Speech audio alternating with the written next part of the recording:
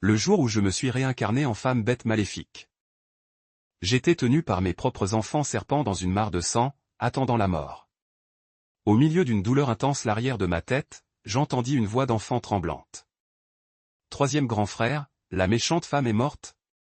Elle n'a pas ouvert les yeux. En voyant la haine dans les yeux du petit serpent aux cheveux blancs, j'ai souri. Le roi soldat de l'Apocalypse, réduit en cendres dans ma vie antérieure, était dans cette vie devenue la mère de famille, la vie courte qui maltraitait les futurs méchants. Maman, est-elle morte? Troisième grand frère, la méchante femme, elle semble être morte. Dans un état de confusion, j'ai bougé ma main. Tout mon corps était mou. Une douleur lancinante l'arrière de ma tête. Le dernier moment de ma mémoire était moi, étranglant mon ennemi. Et mourant avec lui dans les flammes. J'étais vengé, je devrais être morte, non? Mais mes oreilles résonnaient nouveau les voix douces et mignonnes des enfants. Disant avec haine, cette méchante femme est morte, tant pis. Grand frère et deuxième grand frère ont tous deux été vendus par elle. Nous laisser ici, c'était juste pour nous battre, nous gronder et nous faire travailler. Quelle femme? J'ai ouvert les yeux brusquement. Ma vision s'est progressivement focalisée. Un petit enfant aux cheveux blancs. Et un enfant aux cheveux verts cachant son visage. Reculait, le visage rempli d'horreur. Je suis encore en vie? La bombe ne m'a pas tué. Les zombies ne m'ont pas mangé. Je me suis débattu pour m'asseoir. J'ai touché l'arrière de ma tête et ma main était couverte de sang. Pas étonnant que ça fasse si mal. J'ai de nouveau appuyé sur ma poitrine. Bien que ça me pique, il n'y avait pas de blessure. Étrange, la blessure a guéri d'elle-même. J'ai écarquillé les yeux. Le visage couvert de sang. J'ai effrayé les deux petits vêtus de jupe en peau de bête qui tremblaient contre le mur. Le petit aux cheveux clairs a montré les dents et a dit, ne pense pas nous frapper. Méchante femme, n'as-tu pas peur que moi et Béji, une fois adultes, nous vengions?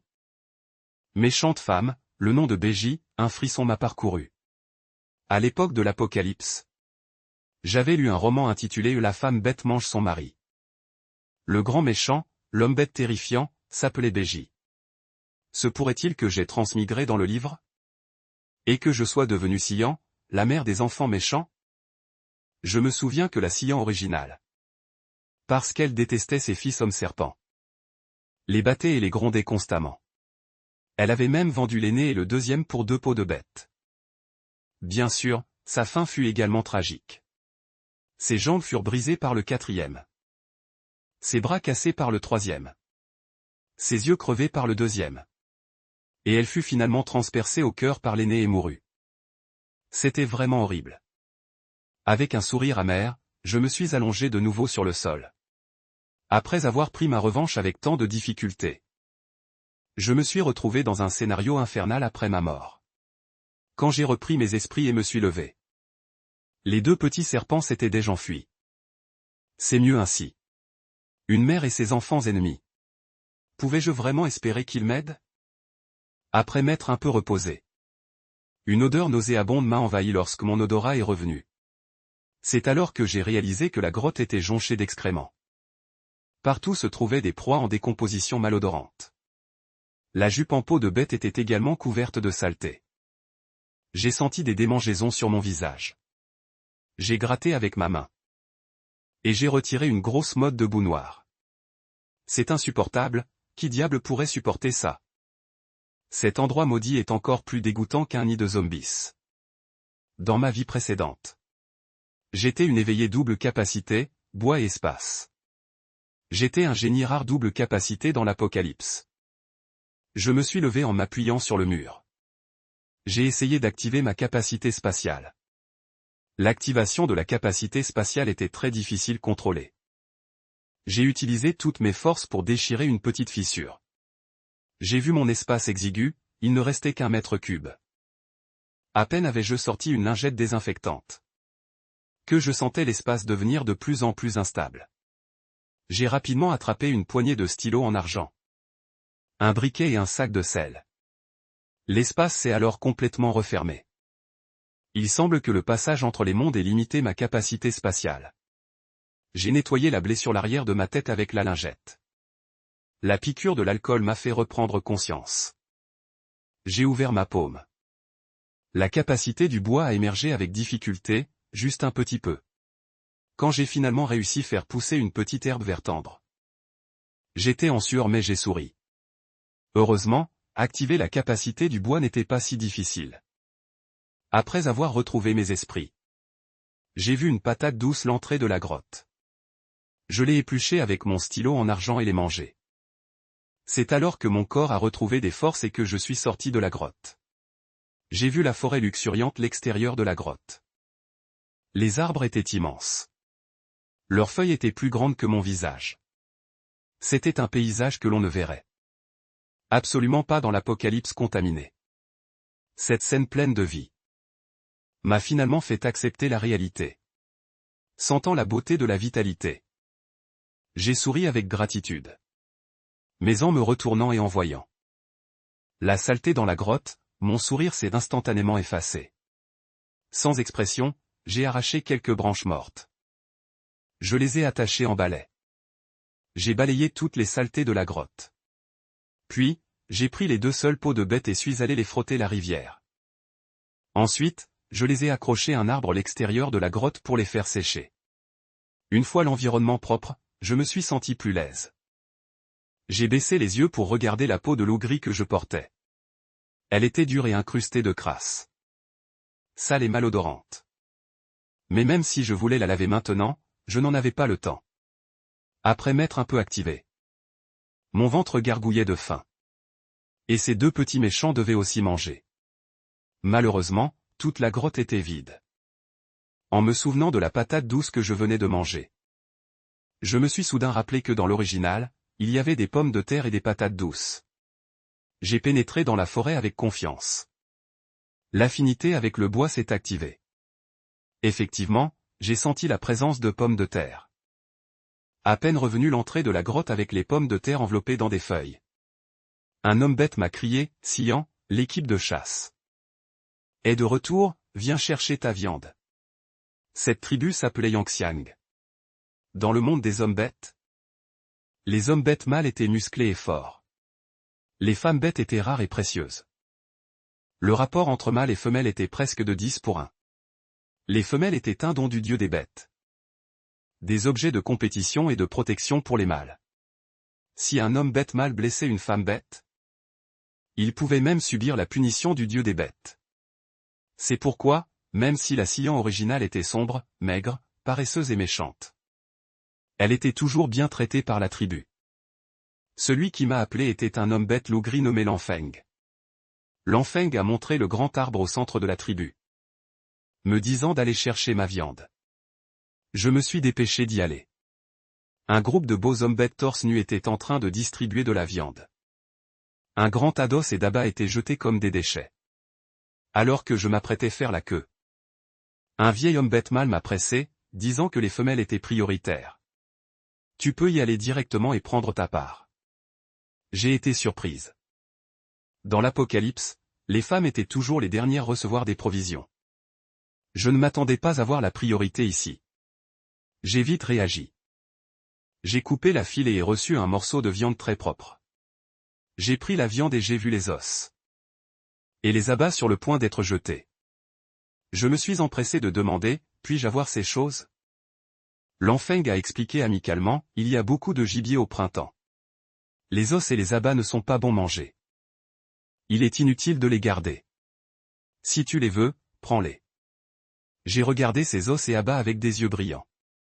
Cela fait combien de temps que je n'ai pas bu une soupe d'os fraîche et délicieuse? La salive me montait la bouche d'envie. Après avoir choisi avec gratitude quelques os moelles, j'ai ramassé un pot en pierre couvert de mousse dans un coin. J'ai demandé, puis-je avoir ceci? L'homme bête honoré a fait un signe de la main et a dit, ce n'est qu'un pot en pierre. Si tu le veux, prends-le. J'ai souri et les remercié. J'ai mis la viande, les os et les abats dans le pot en pierre. En le portant pour rentrer, il était si lourd que mes mains tremblaient. Je devais m'arrêter tous les 2 pas. Des chuchotements sont venus de derrière, c'est étrange. Sian a dit merci aujourd'hui. J'ai transporté les choses l'ouest, les ai lavées et suis rentré. J'ai allumé le briquet. La graisse a rendu de l'huile. Le ragoût de pommes de terre et de viande sentait délicieusement bon. La soupe d'os mijotée était d'un blanc laiteux. Le sel était très précieux. Mais j'étais prête à l'utiliser. Il faisait nuit et les plats étaient presque froids. Xiking et Beji, ces deux petits garnements, ne sont toujours pas rentrés? Bien que mon ventre gargouillait de faim. J'ai quand même décidé d'attendre que les enfants reviennent pour manger. Mais la lune était déjà levée. Et les deux petits n'étaient toujours pas revenus. Paniqué, je me suis précipité hors de la grotte pour les chercher partout. Après tout, ce sont des méchants. Ils ne peuvent pas avoir d'accident maintenant, n'est-ce pas? Mais les méchants ont toujours beaucoup de malheur dans leur enfance. Ne serait-il pas vraiment déjà parti? Plus j'y pensais, plus je paniquais. Je n'ai pas pu m'empêcher de crier leur nom dans la forêt. Qui aurait cru que la seconde d'après? Les deux petits sont sortis de derrière un arbre. Xiking, la moitié du visage caché par ses longs cheveux, a dit avec impatience. Méchante femme, pourquoi hurles-tu? Voyant les deux petits intacts. Je me suis senti soulagé. Où sont passés ces petits lapins en colère? Le repas a refroidi. Beijing a immédiatement rétorqué, nous ne sommes pas de petits lapins. Nous sommes de petits serpents. Qin s'est tourné vers Beji et a demandé, qu'est-ce qu'un petit lapin? Beji, l'air perdu, a dit, je ne sais pas non plus. Combinant cela avec les connaissances de l'indigène, j'ai dit, un petit lapin est une bête aux longues oreilles. Shuqing a soudainement baissé la tête. Et a dit mystérieusement et enjoué. Nous venons de voir dans la forêt. Une bête aux longues oreilles qui s'est cognée un tronc d'arbre et en est morte. Mes yeux se sont instantanément illuminés. La chair de lapin est tendre. Sa fourrure est douce. Vite, emmenez-moi la chercher. Je les ai suivis, nous nous sommes enfoncés de plus en plus loin. J'ai peu senti que quelque chose n'allait pas. Il faisait presque nuit. Et si nous rentrions d'abord? Xiking s'est soudainement retourné.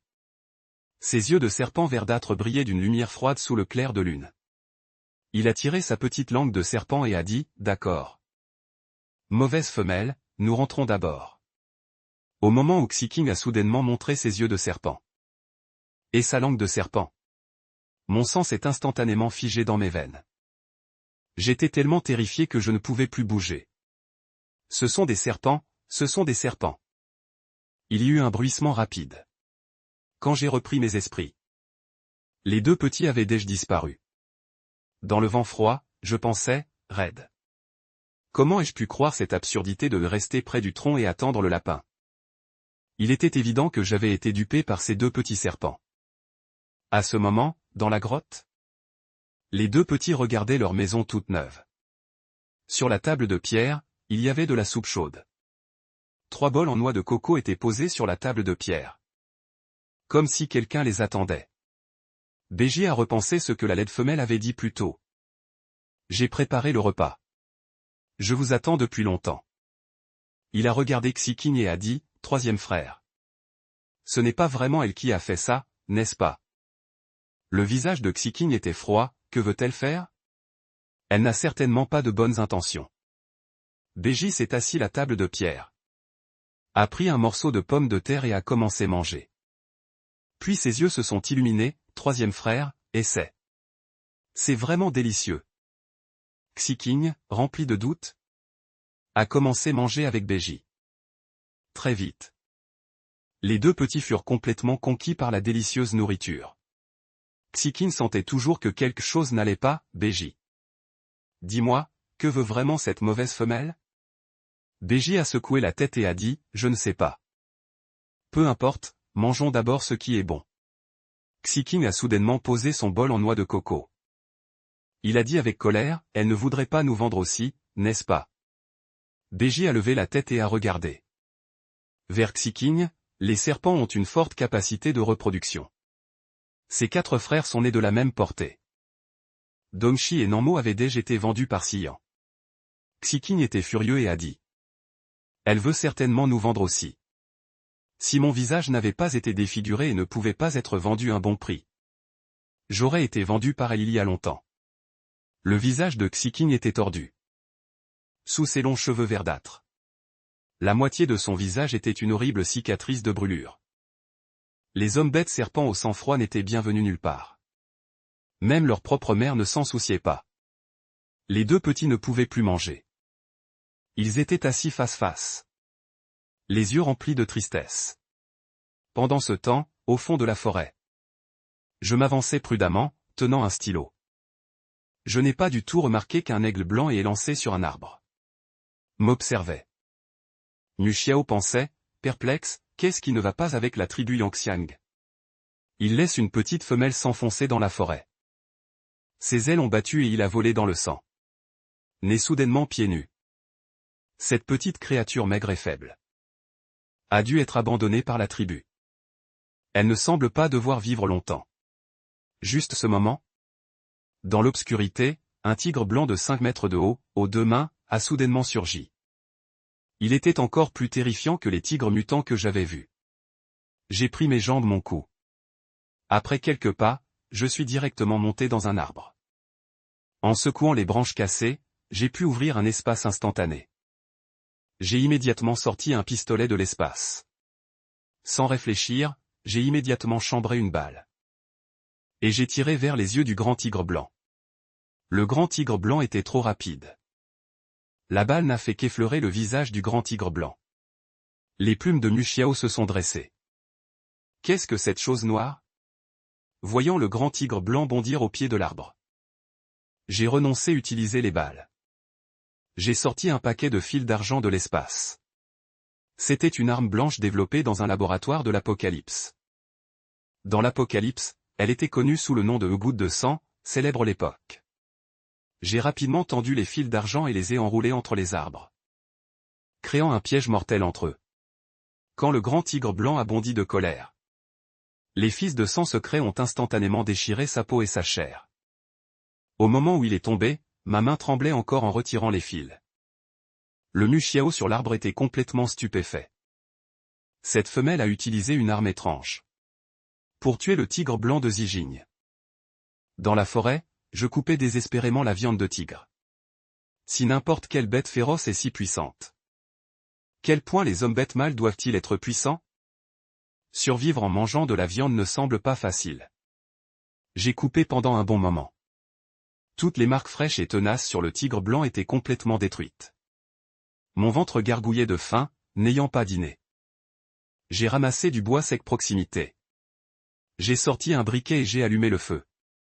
J'ai inséré des morceaux de bois dans la viande de tigre blanc et je l'ai fait rôtir pour la manger. Mu Xiao observait secrètement depuis la cime des arbres. Cette petite femelle noire et maigre avait en fait tué une bête féroce de la forêt. Il faut savoir que c'était un tigre féroce de la forêt. Même les hommes bêtes elfes verts ne pouvaient pas forcément le vaincre. On n'avait jamais entendu dire que les femelles pouvaient aussi chasser. Cette petite femelle est si puissante. C'est vraiment un peu surprenant pour une bête. Mu Xiao s'est approché et a baissé la tête pour regarder la petite femelle qui faisait rôtir la viande. Il a reniflé bruyamment. C'est si bon. La viande rôtie par la petite femelle semblait plus parfumée que la viande rôtie ordinaire. Après avoir mangé ma faim, je me suis assise paresseusement par terre. Bizarre, il semble que depuis la chasse au tigre blanc, les mouvements aux alentours ont diminué. Je me suis soudain rappelé ce que le capitaine de combat avait dit dans ma vie précédente. Ce n'est pas le bruit le plus effrayant, mais le silence soudain. Si l'air devient soudainement silencieux, cela signifie qu'il y a un plus grand danger proximité. Non, ce n'est pas possible. Y a-t-il une bête féroce encore plus terrifiante proximité? Un seul grand tigre blanc a failli me coûter la vie. Si une bête féroce encore plus puissante arrive, je ne m'en sortirai certainement pas. À ce moment je n'avais même plus l'esprit de m'occuper du tigre blanc. Sans hésiter, je me suis retourné et j'ai couru. Après le départ de la personne, Mu Xiao a volé de l'arbre en battant des ailes. Son bec pointu et sombre a picoré le tigre blanc. Après avoir vu la coupure extrêmement fine sur le corps du tigre blanc, l'aigle a tressailli. Sur le continent de Shushi, il n'avait jamais vu une telle coupe de blessure. Mu Xiao s'est approché du feu, a pris un morceau de viande rôtie non finie. Puis ses yeux se sont illuminés, c'est délicieux. À l'aube, couverte De sang et de saleté, je me suis précipité vers la grotte. Les deux petits étaient recroquevillés dans un coin, endormis. Je les ai réveillés en donnant un coup de pied et j'ai rugi, j'ai rencontré une bête féroce la nuit dernière. J'ai failli mourir cause de vous. Xiking et Beji se sont regardés. Xiking a dit, incrédule, impossible. Nous vous avons laissé dans le petit bois. C'est une zone sûre. À moins que vous n'ayez vous-même pris le mauvais chemin. Il voulait juste l'effrayer. Il n'avait pas l'intention de la mettre en danger. J'ai été stupéfaite. Il semblait que j'avais erré au hasard. Et j'avais erré un peu loin. Mais qu'est-ce que ça change? Est-ce bien de laisser sa propre mère dans le petit bois? Est-ce juste de se sentir justifié? Vous pensez que vous n'avez pas tort? Je suis couverte de blessures. J'ai couru seule toute la nuit. Je vous prépare manger et je nettoie. C'est comme ça que vous me traitez? Xiking et Beji ont également remarqué les petites blessures sur son corps. Même sa jupe en peau de bête était déchirée sur une grande partie. Beji, soudain un peu coupable, a dit, mauvaise femelle. Que voulez-vous? J'ai dit avec colère, ne m'appelez plus mauvaise femelle. Appelez-moi maman. Xiking a dit avec mépris. C'est vous qui ne vouliez pas que nous vous appelions maman. Vous avez oublié? Mon coin de bouche a tressailli. Comment se fait-il qu'en nous disputant, je ne sois plus dans mon bon droit? Mais j'étais vraiment trop épuisé. Trop fatigué, je me suis simplement allongé sur le sol. Ce sol boueux n'est vraiment pas confortable pour dormir. Allongé sur le sol. Ma voix s'est calmée, à partir d'aujourd'hui. Vous dormez avec moi dans le lit. Et aussi. Vous devez vous excuser auprès de moi pour ce qui s'est passé hier soir. Beji a demandé, tu veux qu'on dorme avec toi? Le lit est si grand. Je n'ai pas besoin d'autant de place. Vous dormez avec moi. Xiking a hurlé, je ne dormirai jamais avec toi. J'étais tellement en colère que j'allais m'asseoir. Mais ce moment Beji a soudainement dit, je suis désolé. Xiking s'est tourné et a regardé Beji avec colère. Beji a légèrement baissé la tête et a dit, je suis désolé. Hier soir, nous voulions juste te faire peur. Xiking était très en colère contre Beji. Pourquoi t'excuses-tu auprès de cette mauvaise femme? Beji a tiré Xiking, laisse tomber. En fait, dès que le troisième frère est rentré la grotte hier, il a vu que la grotte était propre. Et quand il a vu qu'il y avait de la vie et de la nourriture dans la grotte, Beji a ressenti pour la première fois ce qu'était la chaleur. La mauvaise femme semblait avoir un peu changé. Il espérait que la mauvaise femme pourrait s'améliorer. Au petit matin, les excuses de Beji dans la grotte m'ont laissé figé sur place. Xiking a soudainement ramassé la viande tendre de pommes de terre froides. Beji a aussi attrapé des patates douces. Les deux petits se sont retournés et ont couru. Je me suis dépêché de me lever pour les poursuivre. Mais les deux petits étaient déjà loin. Je n'ai pu que rentrer chez moi en colère, boire toute la soupe froide. Et m'effondrer sur le lit de pierre dure. Après m'être réveillé, j'ai commencé à ramasser de la réglisse. J'avais juste fini de tresser le tapis d'herbe et de le mettre sécher au soleil. Quand un bruit de dispute est soudainement venu de loin. J'ai vu Xiongnae, l'homme provocateur, tirer les cheveux des deux petits. Et les insulter, petits de serpent sans froid que personne ne veut. Vous êtes encore sortis pour voler. Xian s'est précipité et a attrapé les cheveux de Xiongnae. Lâche-les. Tu touches mes petits. Xiongnae a lâché prise sous la douleur. Il a regardé Xian bizarrement. Xian était une femme de mauvaise réputation dans la tribu. Elle ne s'occupait jamais de ses propres petits. Xiking et Beji ont ramassé précipitamment les patates douces éparpillées. Ils se sont cachés derrière un grand arbre en tremblant. Cette mauvaise femme ne se mêlait jamais de leurs affaires. S'ils faisaient des bêtises, elle les battait toujours sans demander pourquoi. Xiongnae a pointé Xian du doigt et a juré, sois raisonnable. Ils ont volé mes fruits rouges. Ce sont des voleurs. Xian a regardé les patates douces que les deux petits tenaient et a demandé. Vous avez volé les fruits rouges de quelqu'un d'autre? Le visage de Xiking s'est rempli d'une colère encore plus grande. Beji a baissé la tête. Avant, chaque fois que quelqu'un disait qu'ils avaient fait des bêtises, La mauvaise femme les réprimandait. Il était absolument impossible que la mauvaise femme les aide. Xian a juste jeté un coup d'œil aux expressions des deux petits. Puis s'est retourné vers Xiong'e et a dit. Ils n'ont pas volé tes fruits rouges. Xiqing et Beiji ont soudainement levé la tête et regardé Xian. Xiong'e a dit, impossible. Xian s'est accroupi. Son doigt a glissé sur l'empreinte de pattes de prune sur la terre. Elle a dit froidement, les as-tu vu voler de tes propres yeux? Xiong'e, viens voir, quelles sont ces empreintes de pas? Xian a dit Xiong'e de venir rapidement. À côté de la grande feuille. Il y avait bien des empreintes de pas de prune. Xian a brusquement écarté les herbes. On a vu 4 petits oursons en train de dévorer des patates douces. Le visage de Xiong'e a soudainement changé. Xiqing et Beiji se tenaient encore loin. Xian a dit sévèrement Xiong'e, Xiong'e. Tu dois t'excuser auprès de Xiqing et Beiji. Xiong'e a lutté. Pourquoi devrais-je m'excuser auprès de ces serpents sans froid? Le rêve de frapper un poing sur la route s'est fait entendre. Les pleurs de Xiong'e ont effrayé les oiseaux spirituels. Quand Xian l'a traîné sous l'arbre. Xiqing et Beiji ont mobilisé les enfants serpents. Xiong'e a crié désolé en pleurant. Il s'est retourné et s'est enfui plus vite qu'un lapin. Xiqing a regardé Xian s'occuper de Xiong'e. Il s'est approché de Beiji. Il a chuchoté, la mauvaise femme n'aurait-elle pas perdu la tête? Beiji a hoché la tête. Il a dit sérieusement, j'ai entendu dire qu'il y a une sorte de sorcellerie. Qui peut changer radicalement le caractère d'une personne? Xiqing a dit, alors la mauvaise femme est possédée?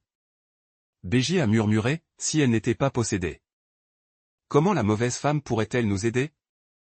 Xian n'avait pas encore décoléré propos des événements précédents.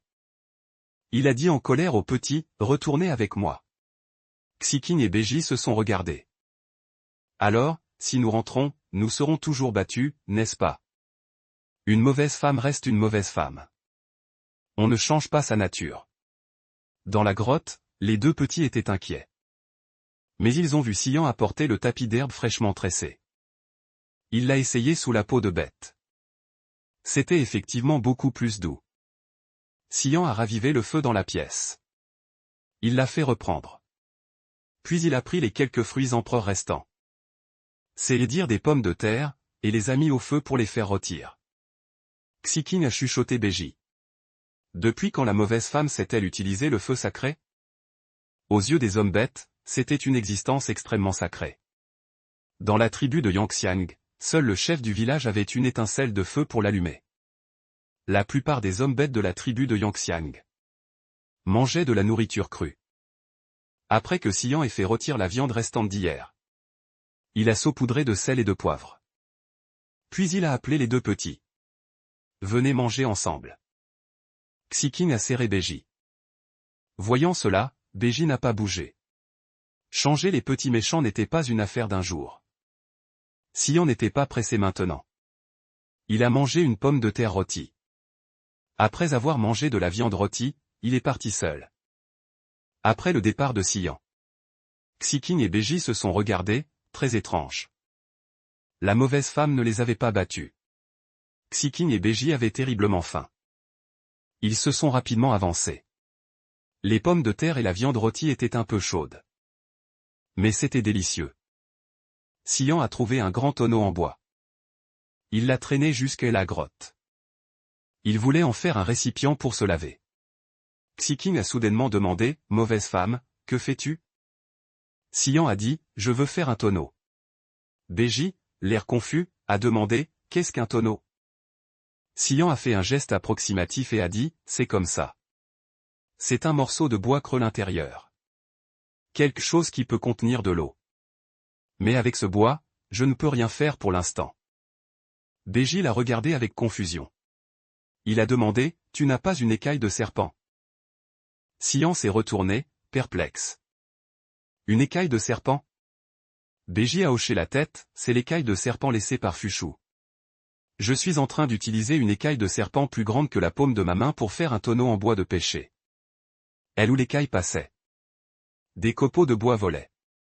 Xiqing a soudainement raillé, l'écaille de Fuchu est utile, n'est-ce pas? Dommage que tu ne le veuilles pas. Xian a regardé l'écaille de serpent. Le père des grands méchants? Le grand méchant est bien sûr puissant. Mais cela n'avait rien à voir avec lui. Il n'avait pas l'intention d'accepter l'âne. D'autant plus que c'était le serpent qu'il craignait le plus. Il a poncé le tonneau en bois pour le rendre lisse. Il a fait chauffer de l'eau froide. Les deux petits le regardaient. Ils ne savaient pas ce qu'ils voulaient faire. Xiking, viens te laver. Xian a dit. Le visage de Xiking s'est assombri, je ne me laverai pas. Si tu ne te laves pas, tu auras des vers sur le corps et ça te démangera. J'y suis habitué. Le visage de Xian s'est également assombri, si tu ne te laves pas, ce soir, tu n'auras pas de nourriture. Xiking a reniflé. La mauvaise femme le battait. Ou le laissait mourir de faim. De toute façon, c'était toujours les mêmes quelques astuces. Si je ne mange pas, je ne mange pas. Beji a regardé mon visage après ma douche. Il a soudainement tiré Xiking, mauvaise femme. Comment est-elle devenue plus jolie après avoir été possédée? Xian s'apprêtait sortir la jupe en peau de bête propre. Pour la faire sécher. C'est alors que Xiking l'a soudainement arrêté. Ne sors pas.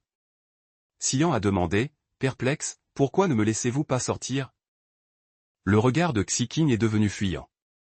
Beji, propre sur le lit, a dit d'une voix forte, mauvaise femme. Il t'arrivera quelque chose si tu sors. Xiking a raillé, mauvaise femme. Tu as oublié? La tribu de Yangxiang compte plus de 200 hommes bêtes mâles. Mais seulement 17 femmes bêtes. Xian a eu l'impression d'être frappé par la foudre.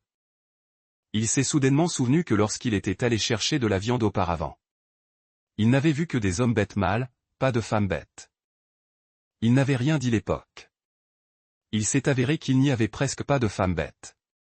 Xiking a dit, si tu sors maintenant, beaucoup de mâles voudront s'accoupler avec toi. Veux-tu te trouver quelques mâles? Beji et Xiking ont seulement réalisé maintenant. Pourquoi leur légendaire femme bête errante voulait que Xian soit son partenaire. Xian, une fois propre, était effectivement très belle. Au moins dans la tribu de Yangxiang, elle pouvait être classée première. Comment est-ce possible? Xian déclara, je n'ai pas besoin de compagnon. Je peux vous élever seul. Onsking serra les dents. Elle lui arracha le pagne en peau des mains et dit, je vais le faire sécher. Après avoir dit cela, Onsking sortit en tenant le pagne en peau. Xian sentit soudain qu'elle n'aurait pas dû se laver. Il valait mieux rester sale. Elle soupira. Xian sortit un petit miroir de son espace. Et se dessina des taches de rousseur sur le visage avec un crayon eyeliner. Beiji et le serpent Yuan dirent la mauvaise femelle. Tu es devenue laide. Xian caressa ses cheveux doux, disant que ce n'était sûr que comme ça. Après une journée bien remplie, il n'y avait plus rien d'autre manger la maison. Xian regarda les patates douces rapportées par les deux petits. Elle demanda, pouvons-nous manger des fruits de terre rouge? Onsking pinça les lèvres sans répondre. Beiji ne répondit pas directement. Au lieu de cela, il demanda la mauvaise femelle. Quand tu étais dehors pendant la journée, pourquoi n'as-tu pas soupçonné que nos fruits de terre rouge étaient volés? Xian pensa, pourquoi cette question? Je vous crois. Beiji, on dit que nous sommes des voleurs. Des méchants, des hommes bêtes serpents au sang-froid. C'est ce que toute la tribu de Yangxiang dit de nous. Xian pensa. C'est peut-être cause de cela que ces petits finiront par être déçus de ce monde. Et deviendront de grands méchants. Vous êtes mes enfants. Je vous croirai certainement. Xian dit d'un air insouciant. Et il est impossible pour moi de voir mes petits se faire intimider par d'autres. De plus, je l'ai dit plusieurs fois. Vous ne devez pas m'appeler une mauvaise femelle. Vous devez m'appeler un maman. Onsking le regarda avec mépris. Beiji hésita un instant. Puis dit lentement, maman. Onsking regarda Beiji, choqué. Beiji avait l'impression d'avoir trahi Onsking. Mais depuis hier jusqu'à aujourd'hui, la femelle devant lui semblait avoir changé. Elle était devenue la mère douce et aimante de ses rêves. Même si elle était peut-être possédée. Il espérait que la femelle continuerait ainsi. Siyan entendit enfin Beoiji l'appeler « maman ». Elle était folle de joie. Elle souleva Beoiji d'un coup. Beoiji fut surpris. Avec les joues rouges, il dit « Maman. Les fruits de terre rouge, Onskin et moi les avons creusés nous-mêmes. On peut les manger. » Siyan sourit et dit « D'accord. Alors je vais laver les fruits de terre rouge et vous les donner manger. » Beoiji sauta de ses bras. Il prit les fruits de terre rouge et dit « Maman. Je vais les laver. » Onskin regarda Beoiji s'enfuir. L'air très en colère. À l'heure du dîner. Siyan et Beoiji s'attablaient devant la table en pierre et mangeaient avec appétit. Onskin était assis loin d'eux. Siyan lui dit de venir manger. Onskin répondit avec obstination, « Tu as dit que je ne pouvais pas manger. » Siyan resta sans voix et dit, « Je disais n'importe quoi. Viens vite manger, petit. » Le ventre de Onskin gargouilla. Il s'approcha avec gêne. Puis, froidement. Il dit, « Ce sont les fruits de terre rouge que j'ai creusés. » Siyan hocha la tête, « Oui. Ce que tu as creusé, tu peux les manger. » Onskin pinça les lèvres et mangea les patates douces avec gêne. Il se sentait étrangement mal à l'aise. Après avoir mangé les fruits de terre rouge, Siyan alla nettoyer le pot en pierre. Beoiji s'approcha de Onskin, voulant le raisonner. Mais Onskin, en colère, se détourna et l'ignora. Beoiji était un peu impuissant. Au milieu de la nuit, Beoiji était entièrement dans les bras de Siyan. Ses petites mains serraient fermement le coin du vêtement de Siyan. Onskin, boudeur, refusa de monter sur le lit pour dormir. Au milieu de la nuit, Siyan se réveilla. À la lumière de la lune, elle regarda Onskin dans la grotte. Elle ne savait pas que ces deux petits, parce qu'ils avaient dû compter sur eux-mêmes depuis leur plus jeune âge, avaient un sommeil très léger la nuit. Ils étaient déjà réveillés quand elle s'était levée. Siyan fixa Onskin d'un regard distrait pendant un moment. Onskin était extrêmement tendu cause du regard de Siyan. La mauvaise femelle le regardait ainsi au milieu de la nuit. Qu'est-ce qu'elle voulait faire, au juste? Siyan éclata soudain de rire. Ces deux petits étaient un peu turbulents. Surtout Onskin, couvert d'épines comme un hérisson. Mais quand il dormait, il était plutôt mignon. Le rire de Siyan laissa Onskin perplexe. Mais il fit semblant de dormir et n'osa pas bouger. Siyan se pencha légèrement et souleva délicatement Onskin du sol.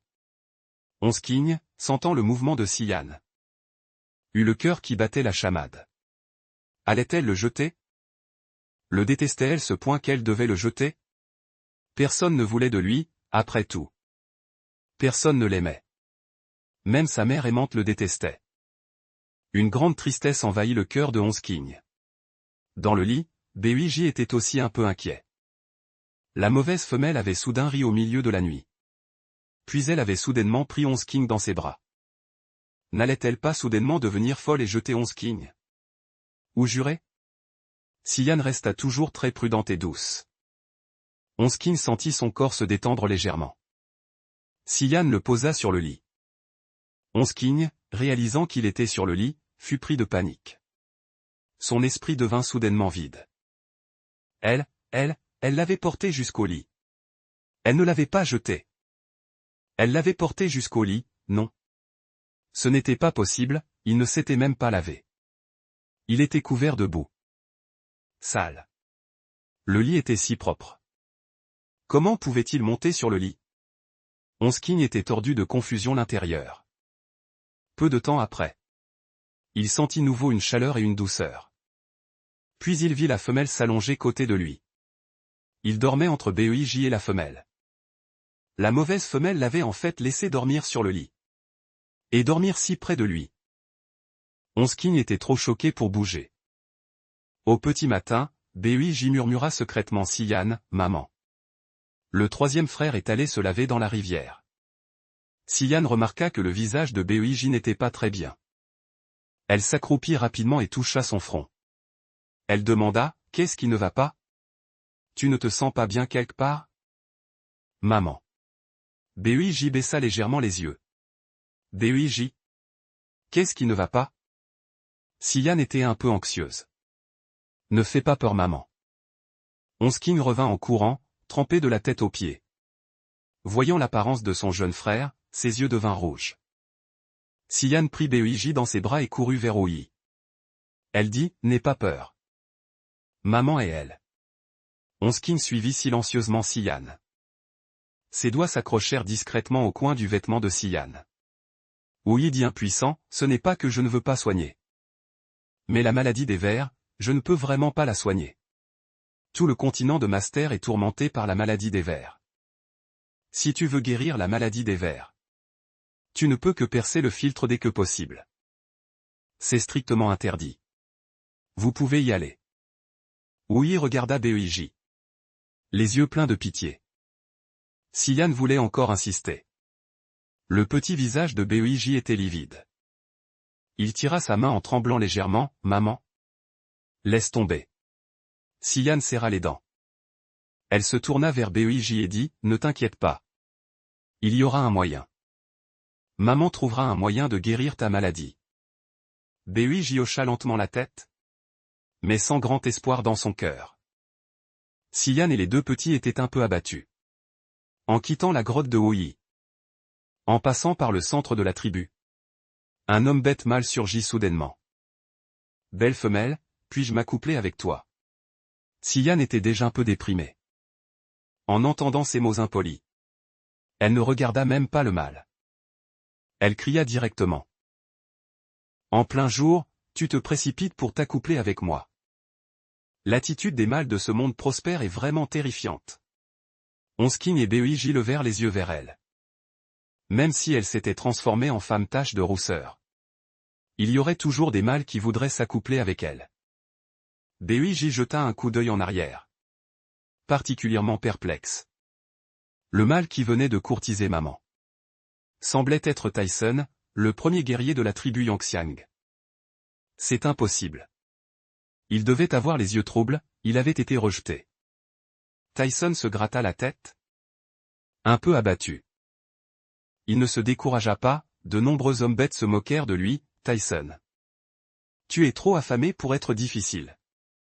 Tu veux même une femelle laide comme Sian. » Tyson, l'homme bête loup-argent, ne dit rien.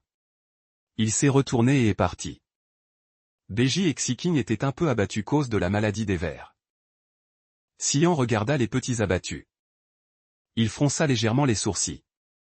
À son époque, la maladie des Ascaris avait déjà été résolue. À l'université, il avait étudié la botanique. Il se souvenait avoir lu sur des plantes vermifuges. Sian se remémora frénétiquement l'histoire de sa vie antérieure. Soudain, il se frappa le front. Il était un peu excité. Ne s'agissait-il pas de graines de citrouille? Il s'accroupit devant les deux petits. Je vais dessiner une plante. Voyez si vous l'avez déjà vue. En disant cela, il prit une branche et commença à dessiner sur le sol. Les deux petits regardèrent la citrouille sous sa branche. Ils le regardèrent, surpris. Tu sais aussi dessiner? Demanda Beiji. Sian hocha la tête. Bien sûr, qu'y a-t-il de difficile dessiner? Beiji et Xiking baissèrent la tête. Ils regardèrent son dessin avec des yeux complexes. Il avait bien dessiné. C'était très facile reconnaître. Xiking, les sourcils froncés, semblait réfléchir sérieusement. J'ai vu ça en aval du ruisseau. Sian, ravi, dit, emmène-moi vite. Beiji, Xiking et Sian arrivèrent ensemble en aval du ruisseau. Comme prévu, ils trouvèrent des citrouilles. Sian était fou de joie. Il cueillit la citrouille mûre. Et la porta. Il dit Xiking et Beiji, Beiji est sauvé.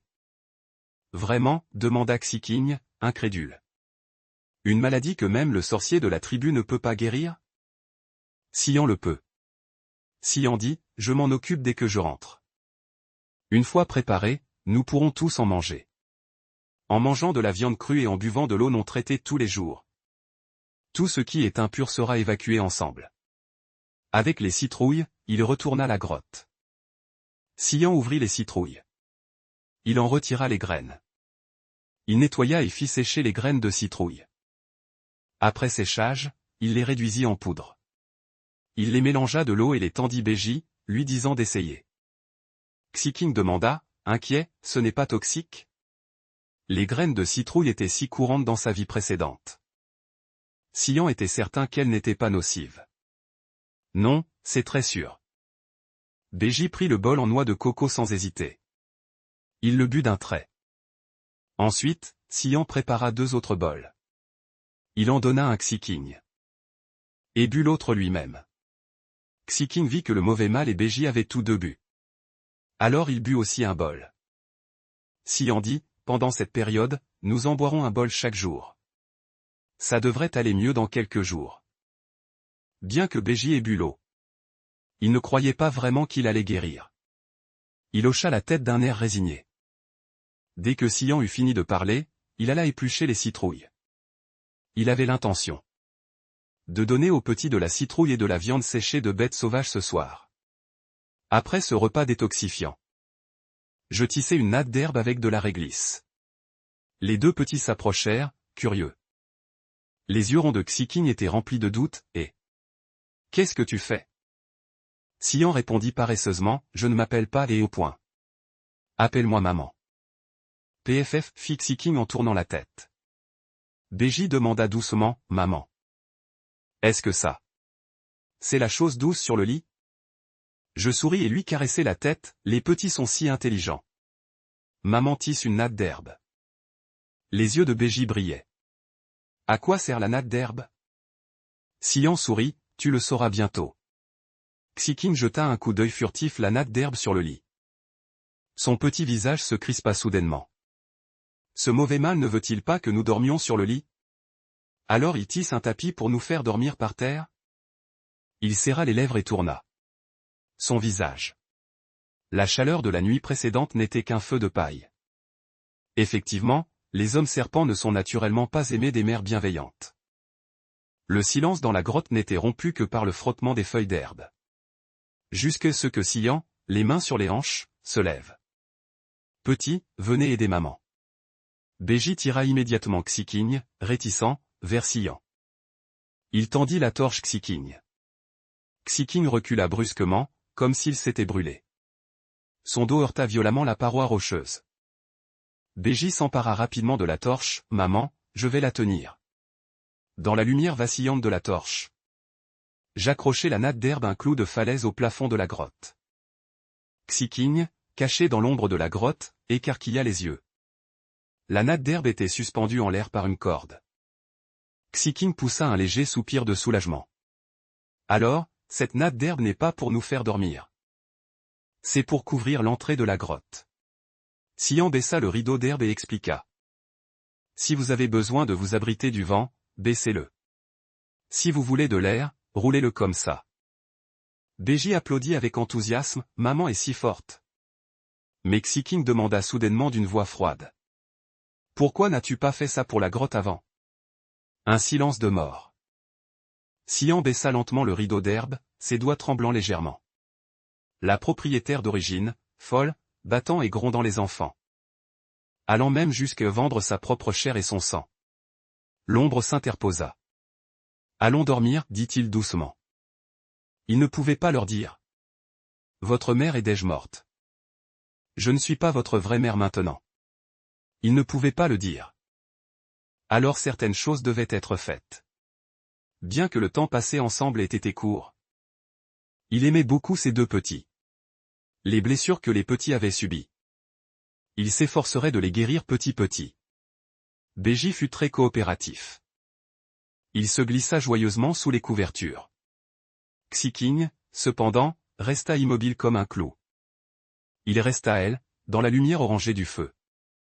Xian regarda son petit visage têtu. Il demanda doucement, « Tu ne vas pas dormir au lit ?» Ce petit n'était pas comme Béji.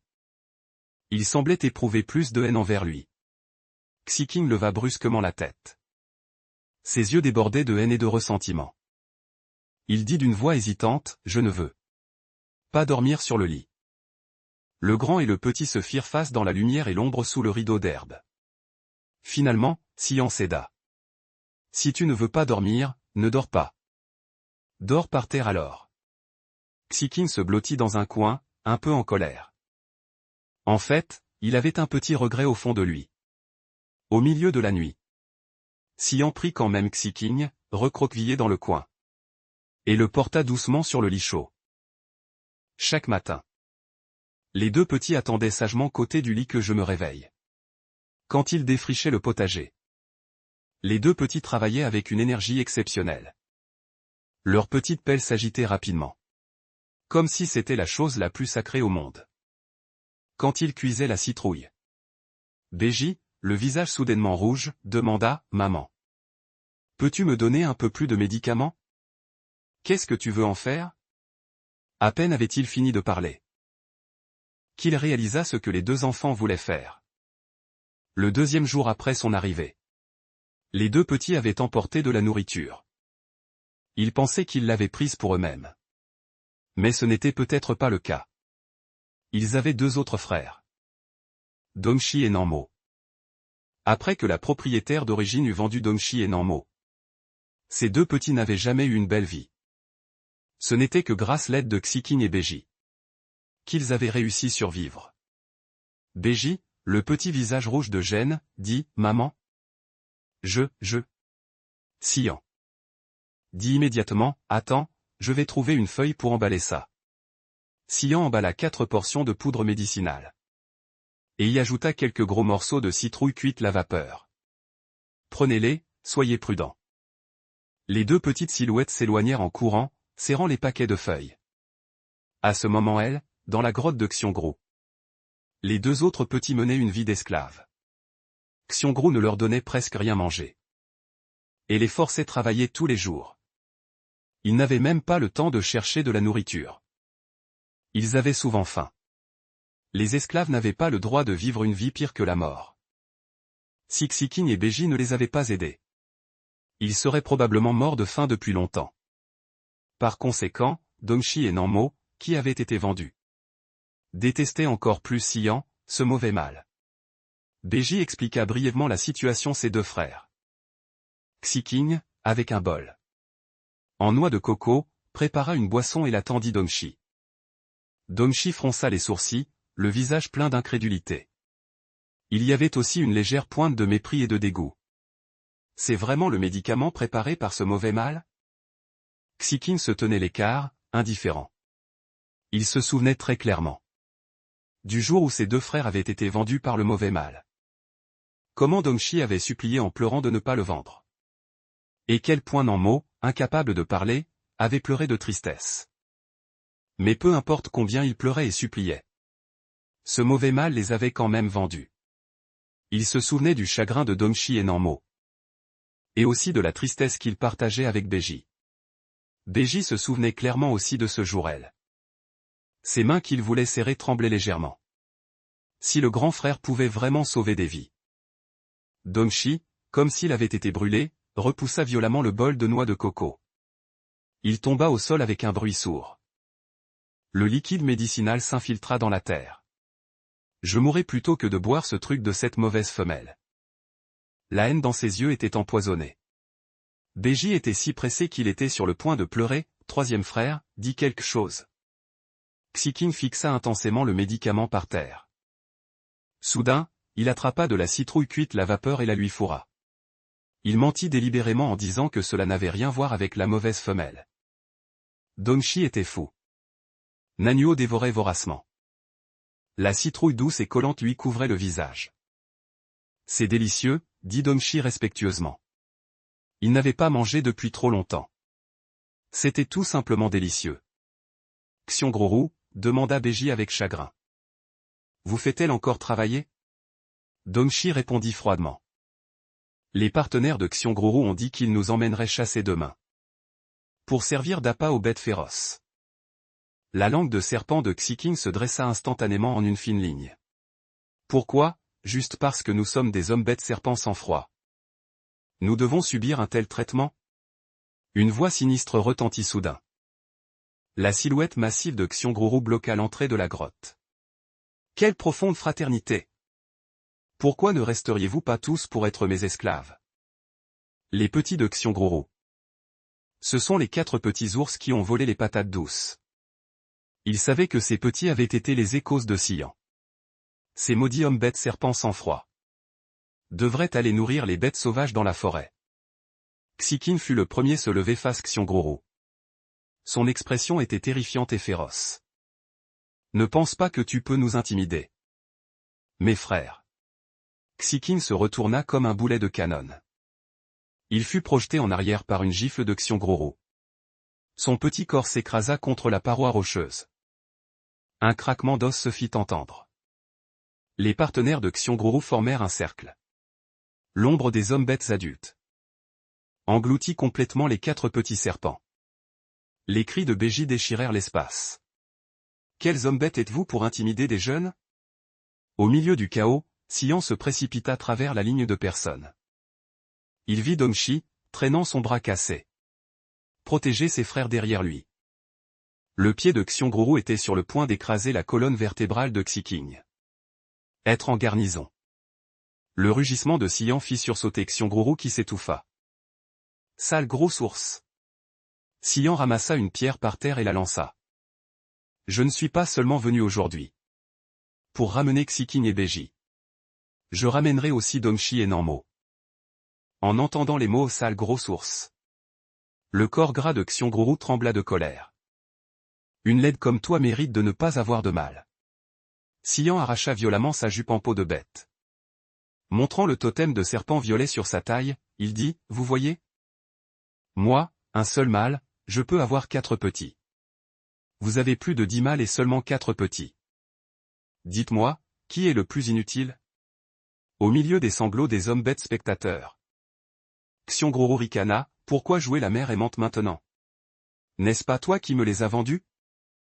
L'acte d'esclavage que tu as écrit de ta main est toujours en ma possession. Le doigt gras de Xionguru pointa Dongxi. Non maudit.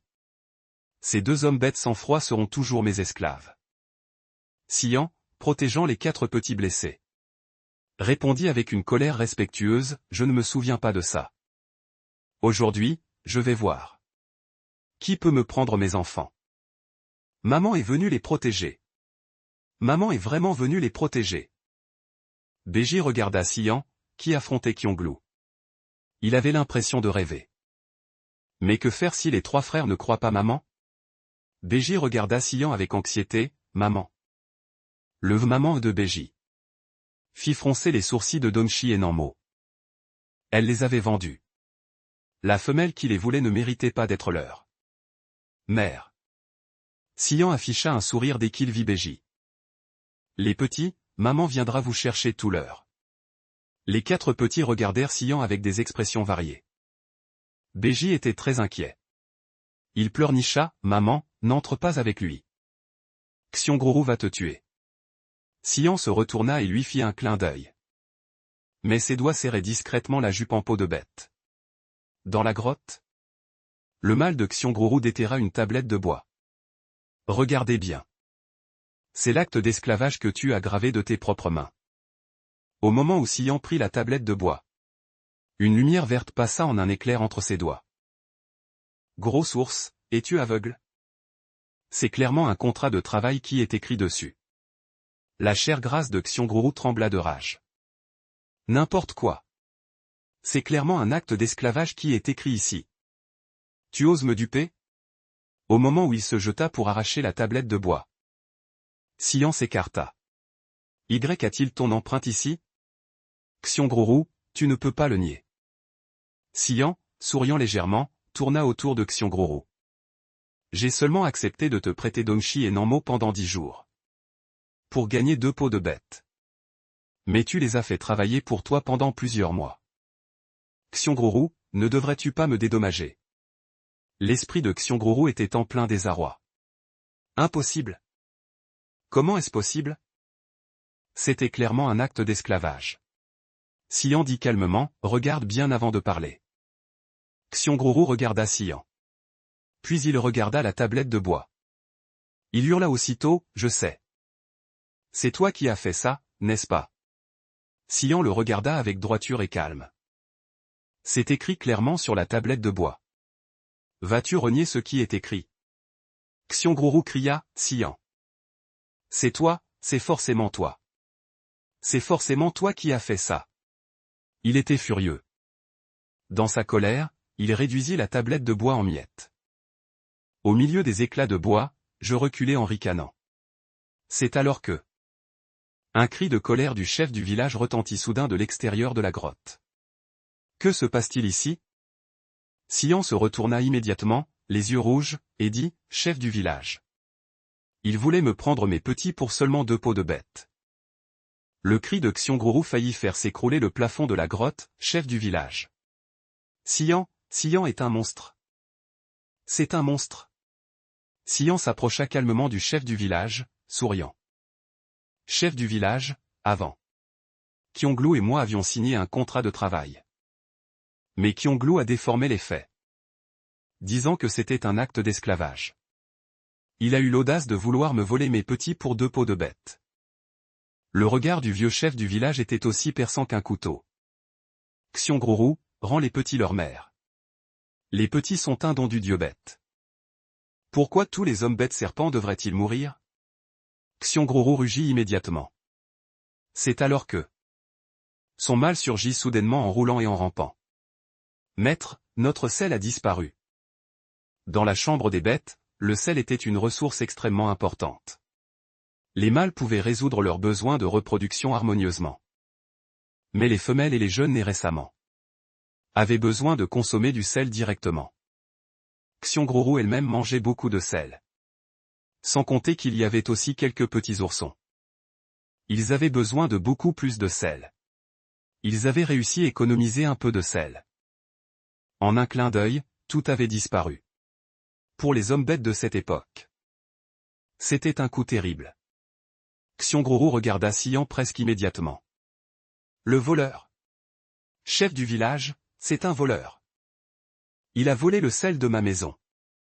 Toute sa famille est une famille de voleurs. Sion ricana Xiongru. Accuser quelqu'un nécessite des preuves. Sinon, c'est de la calomnie. De plus. Comment sais-tu que ce n'est pas ton mâle qui l'a volé? Sion devint une grosse ours irritable. Je te le dis. Mes mâles me sont absolument fidèles. Aucun d'eux ne pourrait me trahir. Ce n'est pas si sûr. Après tout, tu as trop de mâles. Et tu n'as pas eu de petits avec tous. Peut-être que quelqu'un n'est pas content. Sion dit avec un sourire. Les veines sur le front de Xiongru gonflèrent de colère. Il se tourna vers le chef du village et dit, « Chef du village. Fouillez-le. Le sel de ma maison est forcément sur lui. Pourquoi devrais-je me laisser fouiller par toi ?» Sion inclina la tête et le regarda en riant. Les 4 petits. Regardant Sion. Beiji n'avait d'yeux que pour Sion. Voyant Sion affronter Xiongru. Il était paniqué et voulait se précipiter pour le protéger. Xiking le retint. Xiongru dit avec colère, « Sion. C'est sûrement toi qui as volé mon sel. N'as-tu pas mauvaise conscience? C'est pour ça que tu n'oses pas nous laisser te fouiller ?» Sion le regarda avec ses yeux clairs. Ce qui, inexplicablement, inspira de la peur. Je peux laisser quelqu'un me fouiller. Et si ce n'est pas sur moi? Sion se tourna vers le chef du village et dit. Chef, calomnier quelqu'un dans la tribu doit être puni, n'est-ce pas? Sinon, n'importe qui pourra calomnier n'importe qui l'avenir. Le chef du village regarda Sion et dit, Sion. Que veux-tu dire? Sion dit, si je n'ai pas le sel de Xiongru sur moi. Je demande Xiongru de me dédommager de 2 peaux de bête. Et de me présenter des excuses. Sion, tu rêves. S'exclama Xiongru avec colère. Sion, calme et posé, la provoqua. Vois-tu, n'oses-tu pas parier? Toi, le visage de Xiongru devint rouge de colère. Elle dit, eh bien, si tu veux parier, parions. C'est toi qui as volé le sel de ma maison. Le sel est forcément sur toi. Sion regarda Uy-Imewen en souriant. Adulte Uy-I. Votre crédibilité est grande. Veuillez avoir la gentillesse de me fouiller. De cette façon, Xiongru sera également convaincu. Xiongru lança un regard furieux Sion. Puis elle se tourna vers Mewen. Uy-Imewen hocha la tête, je vais le faire. Mewen emmena Si-Yan sur le côté pour la fouiller. Effectivement, rien ne fut trouvé. Xiongru écarquilla les yeux, c'est impossible. Si-Yan dit avec un sourire. Xiongru. Ne ferais-tu pas mieux de vérifier ton propre mal? C'est peut-être ton propre mal qui l'a fait. Je te le rappelle de bonne foi. Pourquoi ne me crois-tu pas? Si-Yan, Xiongru continua de dire sans se soucier, c'est toi qui as tout fait. C'est toi qui as dû le faire. C'est bien toi qui l'as fait, n'est-ce pas? Si-Yan leva 2 doigts. Tu as perdu le pari de 2 peaux de bête. Votre famille Xiongru a tant de mal. Vous n'êtes quand même pas au point de ne pas avoir quelques peaux de bête, n'est-ce pas? Le chef du village et Mewen regardèrent Xiongru. Comme pour se demander si Xiongru allait tricher. Xiongru serra les dents et dit Si-Yan. Ne sois pas trop excessive. Je peux me permettre 2 peaux de bête. Si-Yan obtint 2 peaux de bête. Elle fit un signe de la main et partit avec les petits. En voyant Si-Yan partir avec les 4 petits. Xiongru, qui avait perdu son esclave et son sel, avait les yeux remplis de ressentiment. Uy s'avança et dit Si-Yan, Si-Yan. Tes petits sont tous blessés. Dong-Chi est particulièrement gravement blessé. Son bras cassé n'avait pas été bien soigné auparavant. Son bras ne guérira probablement pas bien. Sa jambe vient aussi d'être cassée. Voici des médicaments. Prends-les et utilise-les. Si-Yan, entendant cela, baissa le visage et dit, merci, chaman. Ces 2 peaux de bête. Je te les donne pour obtenir des médicaments pour soigner les petits. Le chaman soupira et dit, prends bien soin des petits l'avenir. Ne les abandonne plus. Après que Si-Yan eut remercié plusieurs reprises et respectueusement. Elle arriva devant les 4 petits. Pouvez-vous vous lever? Demanda Si-Yan. Les petits le regardèrent avec prudence et méfiance. L'atmosphère devint soudainement lourde et gênante. Onskin fut le premier briser l'atmosphère étrange. Il demanda, pouvons-nous tous rentrer maintenant? Si-Yan hocha la tête, oui. Onskin fronça les sourcils en pensant. Ce panneau en bois n'était-il vraiment pas un signe d'esclavage? Les petits se soutinrent mutuellement pour se lever difficilement. Le visage de Dong-Chi était pâle et il transpirait abondamment. Si-Yan s'accroupit lentement et souleva Dong-Chi dans ses bras. Elle s'accroupit de nouveau et dit Nanmo, viens sur mon dos. Dong-Chi fut un instant stupéfait. Il se débattait désespérément, me mordant férocement, comme s'il ne voulait pas que je le porte. Méchante femelle, lâche-moi. Si-Yan ne voulut pas le lâcher, sois sage. Ne fais pas de bêtises, méchante femelle. Toi, cette méchante femelle. Il ouvrit simplement la bouche et la mordit. Si-Yan lui donna une tape énergique sur les fesses, petit démon.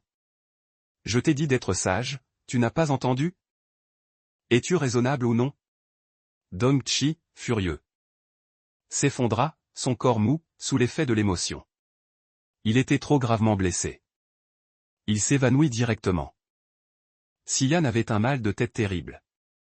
Effectivement. Le plus difficile gérer restait les petits de la maison. Nanmo tendit la main vers Beiji et Onskin. Il refusa l'aide de Si-Yan. Si-Yan ne s'en préoccupa plus. Gagner l'affection des petits n'était pas une affaire d'un jour. De plus, ils avaient du ressentiment envers elle ce moment-là. Elle pouvait tout fait le comprendre. Après avoir ramené Dong-Chi au fond de la grotte, Si-Yan réexamina les blessures des 4 petits. Effectivement, les blessures de Dong-Chi étaient les plus graves. Nanmo venait ensuite. Onskin et Beiji n'avaient que des blessures superficielles. Bien qu'ils soient ses propres petits. Si-Yan ressentait comme s'ils étaient de sa propre chair et de son propre sang. En les voyant blessés, son propre cœur lui faisait mal par intermittence.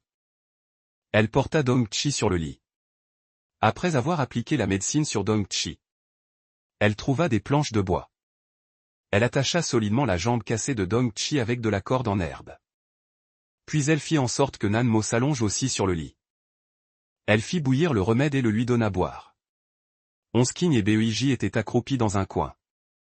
Beiji regardait sa mère douce s'activer partout. En regardant ses 3 frères dans la grotte, son cœur se réchauffa progressivement. Une sensation comme un rêve qu'il n'avait jamais eu auparavant. La lumière brillait dans ses yeux. Il dit doucement Onsking, troisième frère. Mon rêve semble être devenu réalité. Les yeux de Onsking étaient sombres. Il ne dit rien.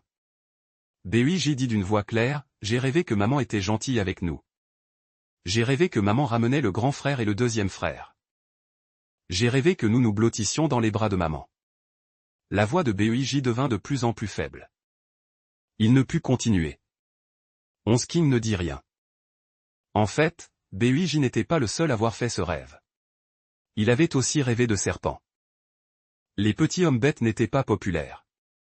Même les mères attentionnées ne les aimaient pas. Mais le dieu bête avait doté les petits d'une dépendance naturelle envers leur mère. Ils dépendaient trop de leur mère. Ils désiraient trop l'étreinte chaleureuse de leur mère. C'est pourquoi ils étaient si déçus et en colère. Onsking murmura, je ne lui pardonnerai pas. Onsking prononça cette phrase une fois de plus. Mais cette fois, c'était beaucoup plus doux qu'avant. Ça fait mal, très mal. Les lèvres du petit Dongchi étaient pâles. Dans la situation de Dongchi, il était certain qu'il ne pourrait pas se rétablir seul. Il semblait qu'elle devait utiliser ses pouvoirs. Le pouvoir de Mu-11 possédait un certain degré de capacité de guérison. Siyan dit au petit, Onsking. Va tirer le rideau. Sans un mot, Onsking tira rapidement le rideau. Avec le rideau d'herbe pour cacher. Siyan ne se cacha plus. Ses mains posèrent doucement sur la jambe cassée de Dongchi. Le pouvoir vert de Mu-11 fut libéré. Il était en train de réparer, petit, la blessure la jambe de Dongchi. Les trois petits côtés regardaient Siyan sans ciller. L'expression de Nanmo était étrange. Cette méchante femelle, serait-elle une prêtresse? Les expressions de Onsking et Beiji n'étaient pas meilleures. D'un côté, ils s'inquiétaient pour Dongchi. D'un autre côté, ils étaient très perplexes. Cette lumière verte que maman utilisait pour les plantes? Comment l'utilisait-elle sur le grand frère? Est-ce que ça peut marcher? Après le traitement de Siyan, Dongchi se sentit beaucoup mieux. Sa respiration s'était un peu calmée.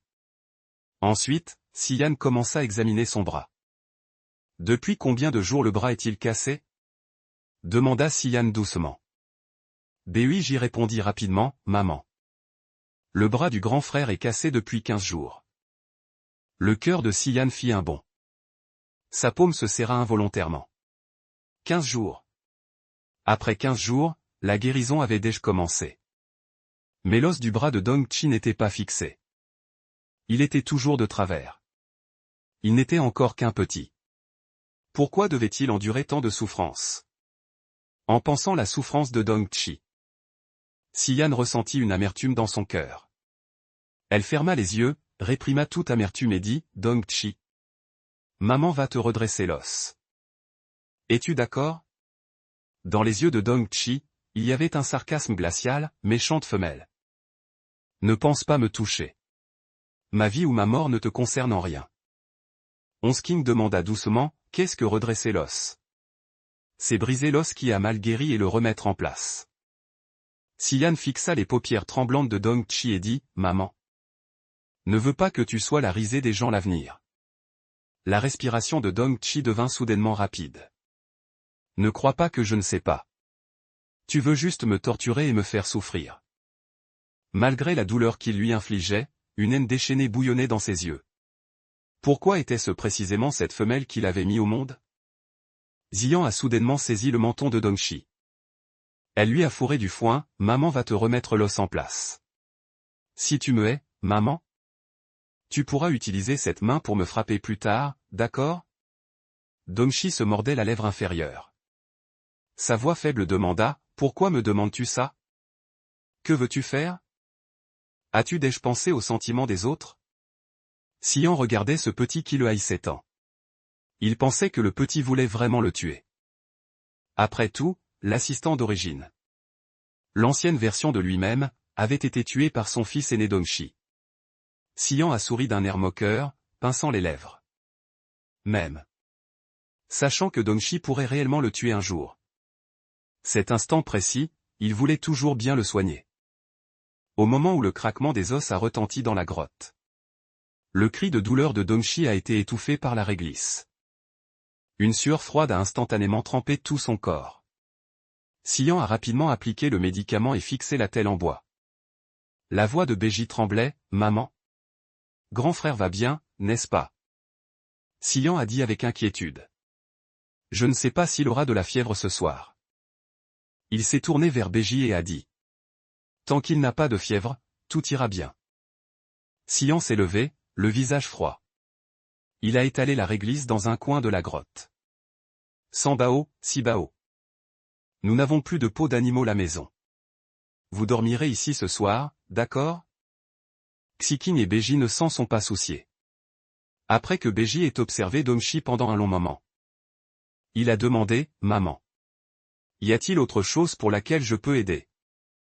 Xian a hoché la tête et a dit, « Dans ce cas, ma chère Sibao. S'il te plaît, fais bouillir de l'eau chaude. » Le feu de camp crépitait toute la nuit. Xian a continuellement essuyé la sueur de Dongshi. Ce n'est qu'au lever du jour, lorsque la lumière a percé l'obscurité, qu'il a enfin pu se rassurer. Le physique de l'homme bête était très bon. Dongshi n'a pas eu de forte fièvre. Après que la période critique soit passée, Xian, épuisé, s'est endormi. Quand il a rouvert les yeux, c'était déjà l'après-midi. Beji, tenant une soupe de patates douces, lui a souri, « Maman, mange. » Xian a pris la soupe de patates douces. Il a aussi souri légèrement Beji. Il avait justement la gorge sèche. Il a pris la soupe de patates douces et l'a bu d'une traite. « Quelle heure est-il maintenant ?» Xian a demandé Beji. « C'est l'après-midi. » Xian s'est dépêché de se lever. Il a vu Nanmo allongé sur le lit d'herbe. Le regardant, les yeux ouverts. Dongshi était allongé côté, profondément endormi. Xian a enfin eu le temps de s'arrêter. Et de bien regarder ces deux petits. L'original avait vraiment de si beaux petits. Comment a-t-il pu avoir le cœur de les vendre? Ne sachant pas si c'était parce qu'il se sentait mal à l'aise d'être regardé. Nanmo s'est retourné. Xian lui a demandé, « Nanmo? Tu vas mieux ?» Nanmo a semblé effrayé. Il s'est rapidement glissé derrière le gros rocher pour se cacher. Voyant la résistance des petits, Xian était toujours un peu déprimé. L'ancienne version de lui-même avait vendu 2 enfants. Aux yeux des 2 enfants, toute leur mésaventure était de sa faute. Il ne pouvait pas leur en vouloir. Après le départ de Xian, Dongshi a lentement ouvert ses yeux vides. Il s'est mordu les lèvres. Les larmes tourbillonnaient dans ses yeux. Dans la petite hutte du chef du village Xiangbu, le chef Wuyi et Tyson étaient ensemble. L'ombre des arbres à l'entrée de la maison du chef vacillait. Un homme loup noir, le visage marqué d'une cicatrice, a fait irruption. Il a dit avec empressement au chef. « C'est la catastrophe. Le feu sacré de la tribu s'est éteint. » Le chef s'est étouffé, a reculé de 2 pas. Il a murmuré, « Le feu sacré s'est éteint. Notre tribu est perdue. » Le feu était une existence majestueuse et sacrée dans la cité des bêtes. Le feu sacré, dans le cœur des hommes bêtes de la tribu de la caisse de pierre, était un esprit immortel. Une nécessité pour la survie. Les 3 eurent aussitôt des visages de mort. Il n'y avait absolument aucun homme bête dans toute la tribu qui savait faire du feu. Quand Xian est revenu du petit bois derrière la montagne, il a entendu des hurlements de loups successifs. Ce qui a rendu Xian très mal à l'aise. Il est immédiatement retourné sa grotte. Et a trouvé les quelques petits dans la grotte. Xian a regardé autour de lui, mais n'a pas vu Dongshi. Il a froncé les sourcils et a demandé, « Où est Dongshi ?» Nanmo était toujours caché derrière le rocher. Xiking avait le visage froid et ne disait rien. Beji s'est avancé, adorablement. Il a levé son petit visage pâle et délicat. Et a dit d'une voix douce et enfantine, « Maman, grand frère a disparu. » Disparu? Xian a observé attentivement les lieux. Il n'a vu aucune trace de lutte. Une vague de colère a monté en lui. Même les mains et les pieds brisés, il veut partir. « Tu es vraiment mon bon petit. » Beji a immédiatement consolé Xian. « Maman, grand frère n'est pas comme ça. Il ne veut certainement pas nous quitter. Xian a caressé sa petite tête pour le rassurer. En réalité, il pouvait comprendre Dongxi. Il ne pouvait pas contrôler la haine de Dongxi envers lui. Si tous les petits voulaient partir, il ne pourrait pas les arrêter. Mais pas maintenant. Xian a dit, le visage froid. Les mains et les pieds de Dongxi n'ont été immobilisés que depuis 3 jours. Il ne peut pas bouger maintenant. Nanmo continue de se rétablir la maison. Xiking, Beiji. Vous êtes chargé de me le ramener. Beiji a immédiatement hoché la tête. D'accord, maman. Xiking avait une expression indifférente. Il a été tiré par la main par Beiji et ils sont sortis. Attendez. Xian a appelé les 2 petits se retourner. Xian a demandé ce qu'il en était des hurlements de Lou extérieur. Beiji s'est retourné. Son petit visage regardait Xian. Maman, le feu sacré de la tribu Xiangbu s'est éteint. Le chef a ordonné de rappeler les mâles chasseurs. Tout le monde cherche un moyen de rallumer le feu sacré. Les 3 petits ont regardé Xian d'un même mouvement. Ils savaient que Xian avait la capacité d'allumer un feu. Il pouvait allumer le feu sacré. Mais c'était une affaire trop importante. Il n'en parlerait donc pas à l'extérieur. Xian a été un instant stupéfait. Le feu sacré? Beiji a expliqué. Les hommes bêtes de la tribu ne savent pas faire de feu. Le feu sacré est la seule source de feu de la tribu de la caisse de pierre. En fait, dans la tribu, ce n'est que lors d'occasions très importantes qu'ils allaient chercher le feu sacré. La seule source de feu. Xian a soudainement compris. La civilisation de cette époque actuelle en était encore au point où il n'y avait qu'une seule source de feu dans la tribu. Il fallait aller chercher du feu quand on en avait besoin. Et maintenant, la source de feu était éteinte. Xian a regardé les 3 petits et a dit. Laissez-les gérer les affaires de la tribu eux-mêmes. Nous allons d'abord retrouver Dongxi. Beiji a hoché la tête vers Xian. Il a entraîné Xiking dehors. Xian a soupiré, impuissant. À en juger par le rejet de Dongxi envers lui. Il ne pourrait certainement pas retrouver Dongxi lui-même. Laissez les petits essayer de le trouver d'abord. Xian s'est soudain souvenu de son arrivée dans ce monde.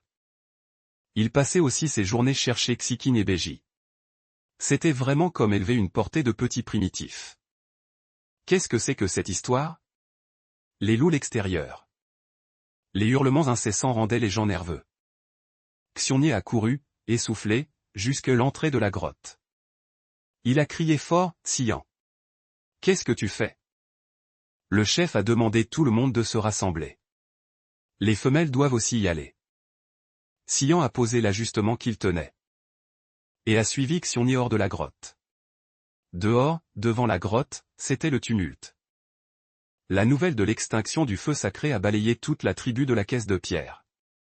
Une atmosphère de mort régnait dans la tribu. Xian a marché et a regardé Xiongnie sur sa droite. Il a dit voix basse, le feu sacré est l'esprit et l'âme de tous. Le feu sacré est éteint. Tout le monde est comme s'il avait perdu son âme. Le feu sacré est-il si important? Xian ne comprenait pas. Xiongnie a chuchoté, tu ne savais pas? Le feu sacré est un don du grand dieu bête. Après l'extinction du feu sacré, la tribu va vers son déclin. Xian a souri, impuissant. Il s'est tourné vers Xiongnie et a dit, le feu. Après tout, n'est qu'un outil. La tribu Lotus parfumée comptait plus de 400 hommes bêtes mâles. La plupart d'entre eux étaient déjà arrivés. D'autres hommes bêtes mâles continuaient d'arriver progressivement. Le chef a levé les yeux et a regardé l'homme loup argenté côté de lui. Il a remarqué que Tyson regardait secrètement Xian. Il a demandé voix basse, Tyson. Veux-tu t'accoupler avec Xian? Tyson a repris ses esprits et a souri bêtement, troisième oncle. Ne dis pas n'importe quoi, il n'y a déjà pas beaucoup d'hommes bêtes dans la tribu. Tyson, le mâle le plus fort et le plus beau, a fait la course Xian, la femelle la plus laide et la plus indésirable. Mais a été rejetée. Personne n'aime pas entendre une telle histoire. Ainsi, la nouvelle du rejet de la demande en mariage de Tyson par Xian s'était déjà répandue dans toute la tribu de Yangxiang. Après que le chef du village eut examiné Xian, Il regarda Xiongnier, le mâle côté. Comparé Xian. Il pensait que Xiongnier, cette femelle forte, était plus appropriée pour le guerrier le plus courageux de la tribu. À ce moment précis, Tyson se plaça directement derrière Xian. Sa présence puissante fit que Xian se tendit de tout son corps. Elle se retourna lentement, leva son visage marqué de taches de rousseur, et regarda cet homme bête loup argenté. Elle demanda s'il y avait un problème. « Je suis Tyson. » L'homme bête loup argenté avait un visage sévère. « Il n'y a pas de mal ici. Je suis venu te protéger sur ordre du chef de village Feng. »« Chef de village. Je n'ai pas. Je ne suis pas. Tu dis n'importe quoi en me protégeant. » Xian jeta un coup d'œil ce beau jeune homme aux cheveux argentés. Puis regarda les femelles rassemblées non loin de elle. Elle resta silencieuse un instant, acceptant cette situation. Xian ne savait pas que ce simple acquiescement allait rendre les autres femelles de la tribu de Yangxiang extrêmement furieuses. Dans la foule, Xiongru déchirait avec irritation le morceau de viande qu'elle tenait. À côté d'elle se trouvait Lanxing, une femelle loup. Lanxing regardait Xian, protégé par Tyson, avec des yeux pleins de ressentiment et de mécontentement. Elle renifla légèrement. Puis dit Xiongru en souriant, « Xiongru. J'ai entendu dire que cette Xian t'avait intimidé. » Xiongru mâchait sa viande. Manquant de sel, elle ne pouvait compenser qu'en mangeant beaucoup de viande. Elle renifla et rétorqua, « Qui a intimidé qui, selon toi ? » Elle m'a intimidé ? C'est vraiment ridicule mourir. Vous, les femelles loups, parlez d'une manière si sournoise. C'est insupportable entendre. Lanxing dit en riant, « Xiongru. On ne peut pas dire ça. Dans notre tribu de Yangxiang, par les femelles ours. Il n'y a que des femelles loups, tu sais. » Xiongru vit les regards hostiles des femelles loups autour d'elle.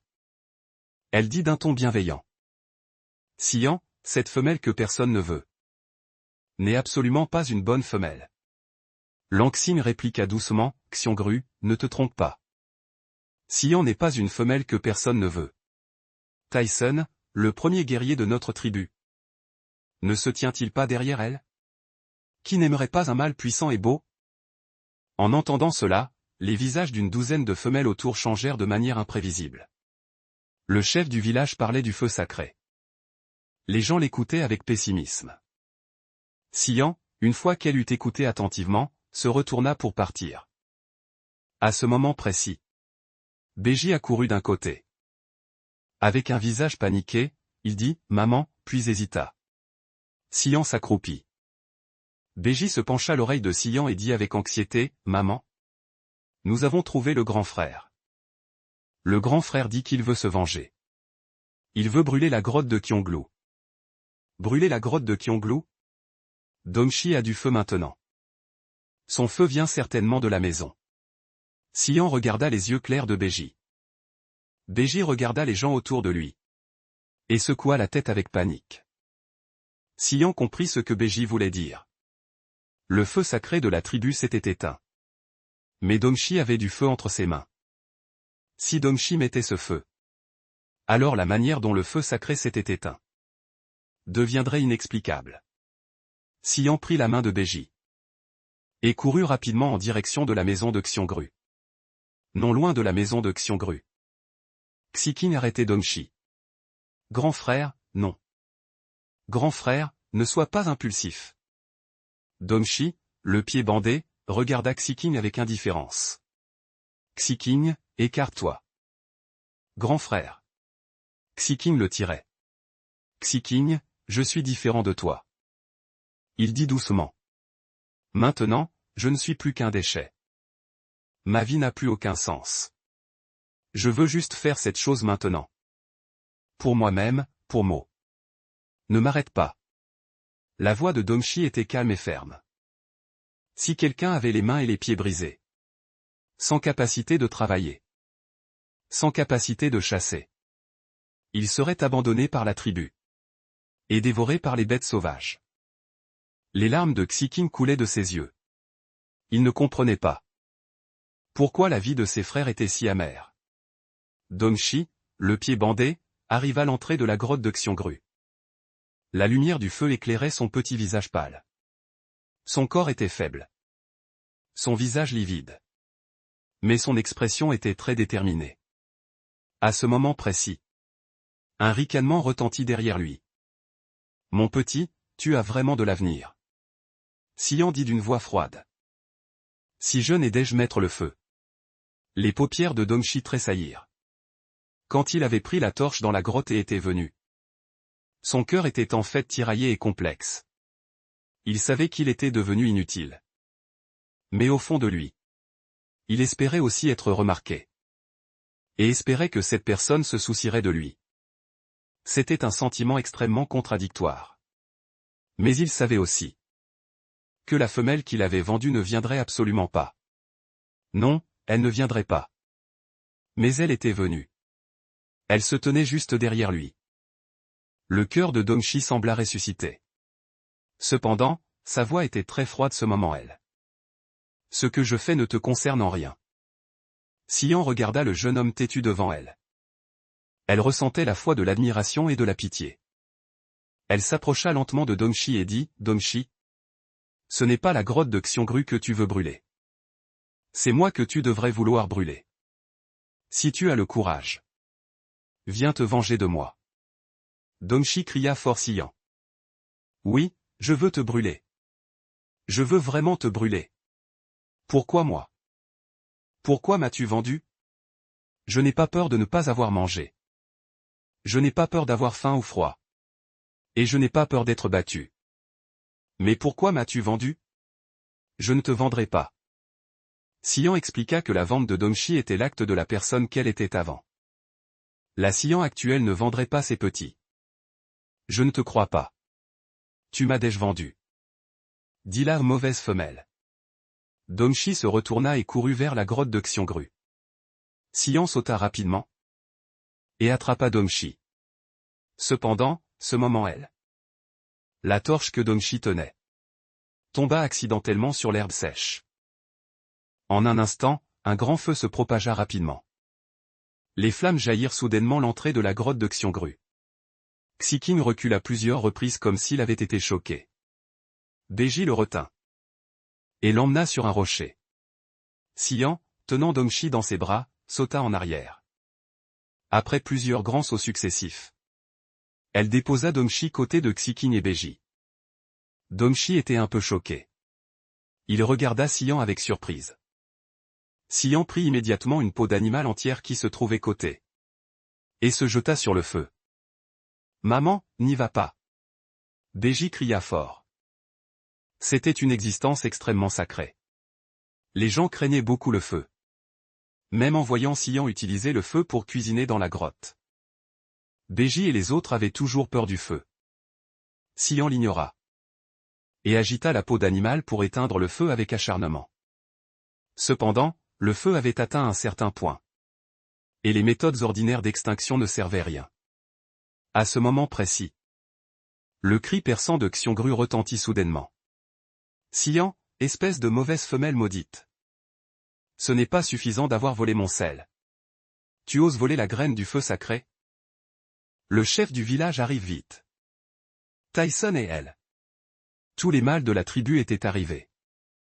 Tyson fronça les sourcils et s'approcha de Xian.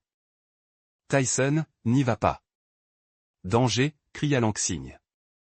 Wolfat regarda Tyson, le meilleur mâle du clan des loups. Puis regarda Xian, la femelle la plus laide et la plus indésirable de la tribu. Avec une jalousie intense dans les yeux. Xian a trouvé un gros morceau de bois côté. Il l'a rapidement taillé en pelle. Puis il a directement pelleté et enterré le feu. Je ne sais pas si c'était par trop de révérence. Après avoir vu le feu diminuer de plus en plus.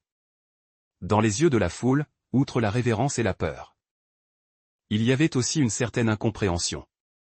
Jusqu'à ce que Xian donne le dernier coup de pelle. La dernière flamme s'est éteinte.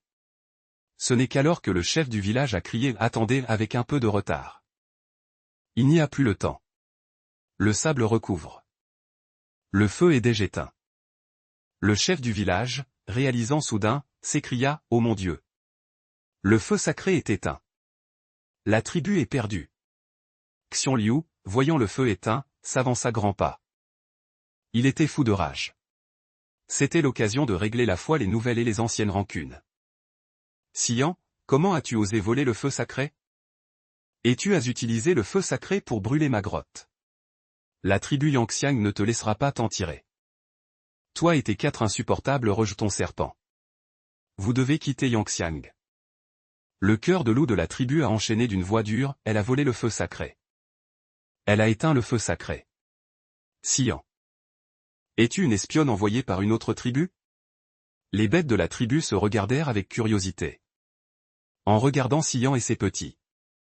Les petits devinrent tous hostiles. À ce moment Tyson s'avança vers le chef du village. Xian n'est pas une femelle comme ça. Le chef du village pleurait propos du feu sacré. Il n'avait aucune envie d'écouter Tyson. Les bêtes se mirent bavarder bruyamment. Tyson, tu la protèges encore? Ne te laisse pas tromper par cette mauvaise femelle. Elle est capable de vendre ses propres petits. Tyson dit froidement, Xian. Elle n'a pas vendu ses petits. Il avait entendu de Wu Yimei qu'elle avait dit. Xian avait seulement laissé les petits sortir pour travailler. Travailler n'a jamais été une honte. C'est une façon de prouver ses capacités et sa valeur. Il ne pensait pas que Xian avait tort. Tyson. Xian a mangé la nourriture de la tribu pendant tant d'années pour rien. Et pourtant, elle a volé le feu sacré de la tribu. Elle a éteint le feu sacré. La tribu n'aura plus de feu sacré à partir de maintenant. La tribu est perdue. C'est vrai, Tyson. Ouvre les yeux. Cette mauvaise femelle, Xian, est vraiment inacceptable. Xiongnu vit que les émotions de tous étaient excitées. Il cria, expulsez Xian. Il faut expulser Xian. Les autres bêtes de la tribu voyant cela crièrent tout en chœur, expulsez Xian. Il faut expulser Xian. Tyson dit d'une voix grave, si vous voulez expulser Xian. Expulsez-moi aussi. Tyson était le premier guerrier de la tribu. Il avait beaucoup d'influence dans la tribu, Xian pouvait être expulsé. Mais Tyson ne pouvait pas l'être. Dong Chi regarda cette scène devant lui. Ses pupilles se contractèrent légèrement. Son cœur était en désordre. Qu'est-ce qu'il se passe? Pourquoi ce qu'il a fait? Est-ce que tout retombe finalement sur elle? Et quel feu sacré? Il ne comprenait pas ce qui se passait. Mais même s'il ne comprenait rien. À ce moment Dong Chi réalisa qu'il avait causé des problèmes. Dong Chi, les jambes bandées, fit un pas en avant. Il cria, ce n'est pas elle. Ce n'est pas elle qui l'a fait. C'est moi, je prends mes responsabilités. Pourquoi la blâmez-vous? Xian renifla froidement. Dong Chi, tais-toi. Xiongru dit froidement, écoutez, écoutez. Ils ont avoué.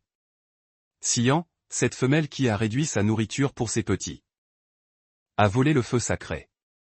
Et a éteint le feu sacré. Immédiatement, les paroles expulsées Xian résonnèrent dans les airs. Ron regarda Xian, ostracisé par tous. Elle afficha un sourire de victoire. Même Langshin sourit doucement. Xian regarda froidement cette scène. Puis elle sourit aussi. Xian. Dit en souriant, si vous me chassez de Yangxiang. De la tribu. Il sera probablement impossible de rallumer le feu sacré en un jour.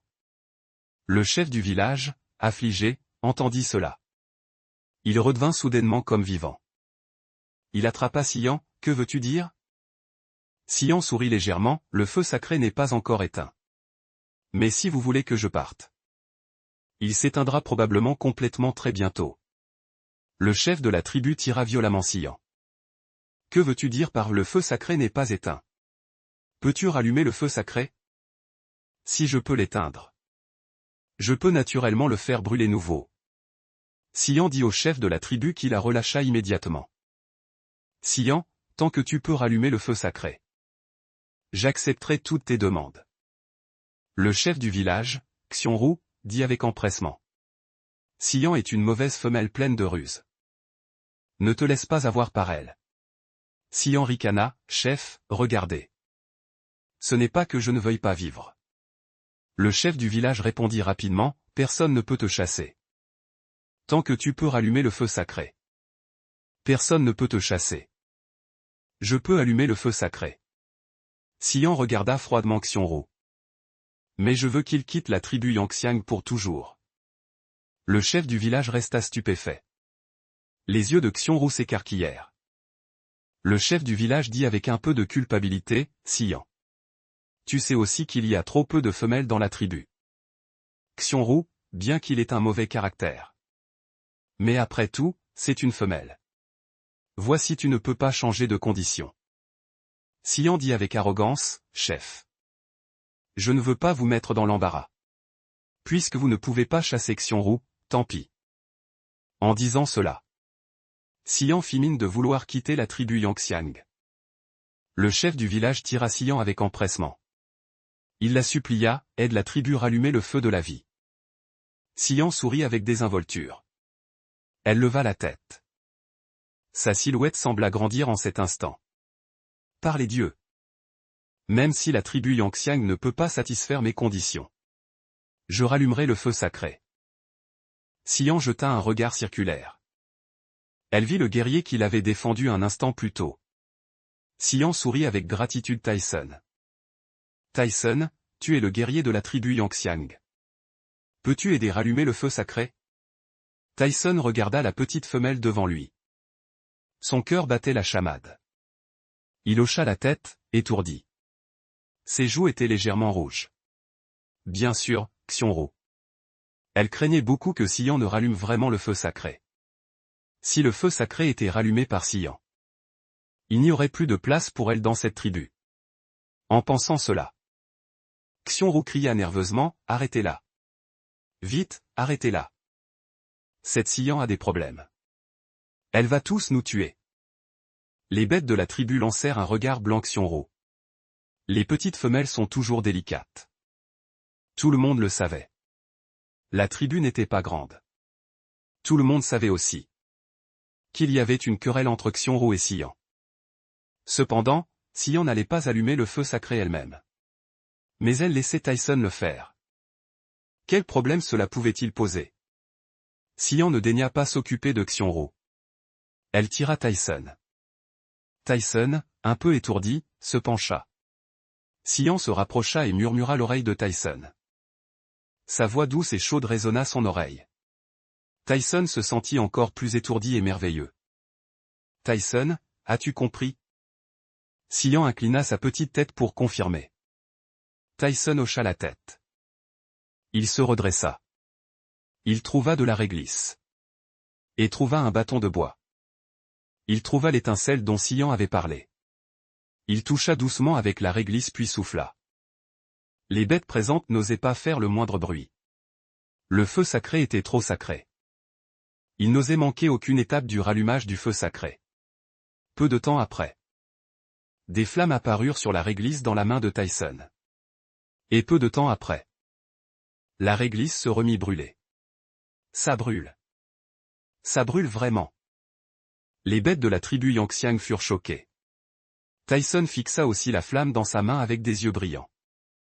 Celui qui peut contrôler le feu est soit le grand prêtre, soit un émissaire envoyé par le dieu des bêtes. Xian ne saurait pas que son action avait apporté un tel choc aux bêtes. Tyson le regardait en cachette. Il était beau et innocent. Près de cette dangereuse chambre des bêtes. Mais il n'y avait même pas de mal pour le protéger. Il devait bien le protéger.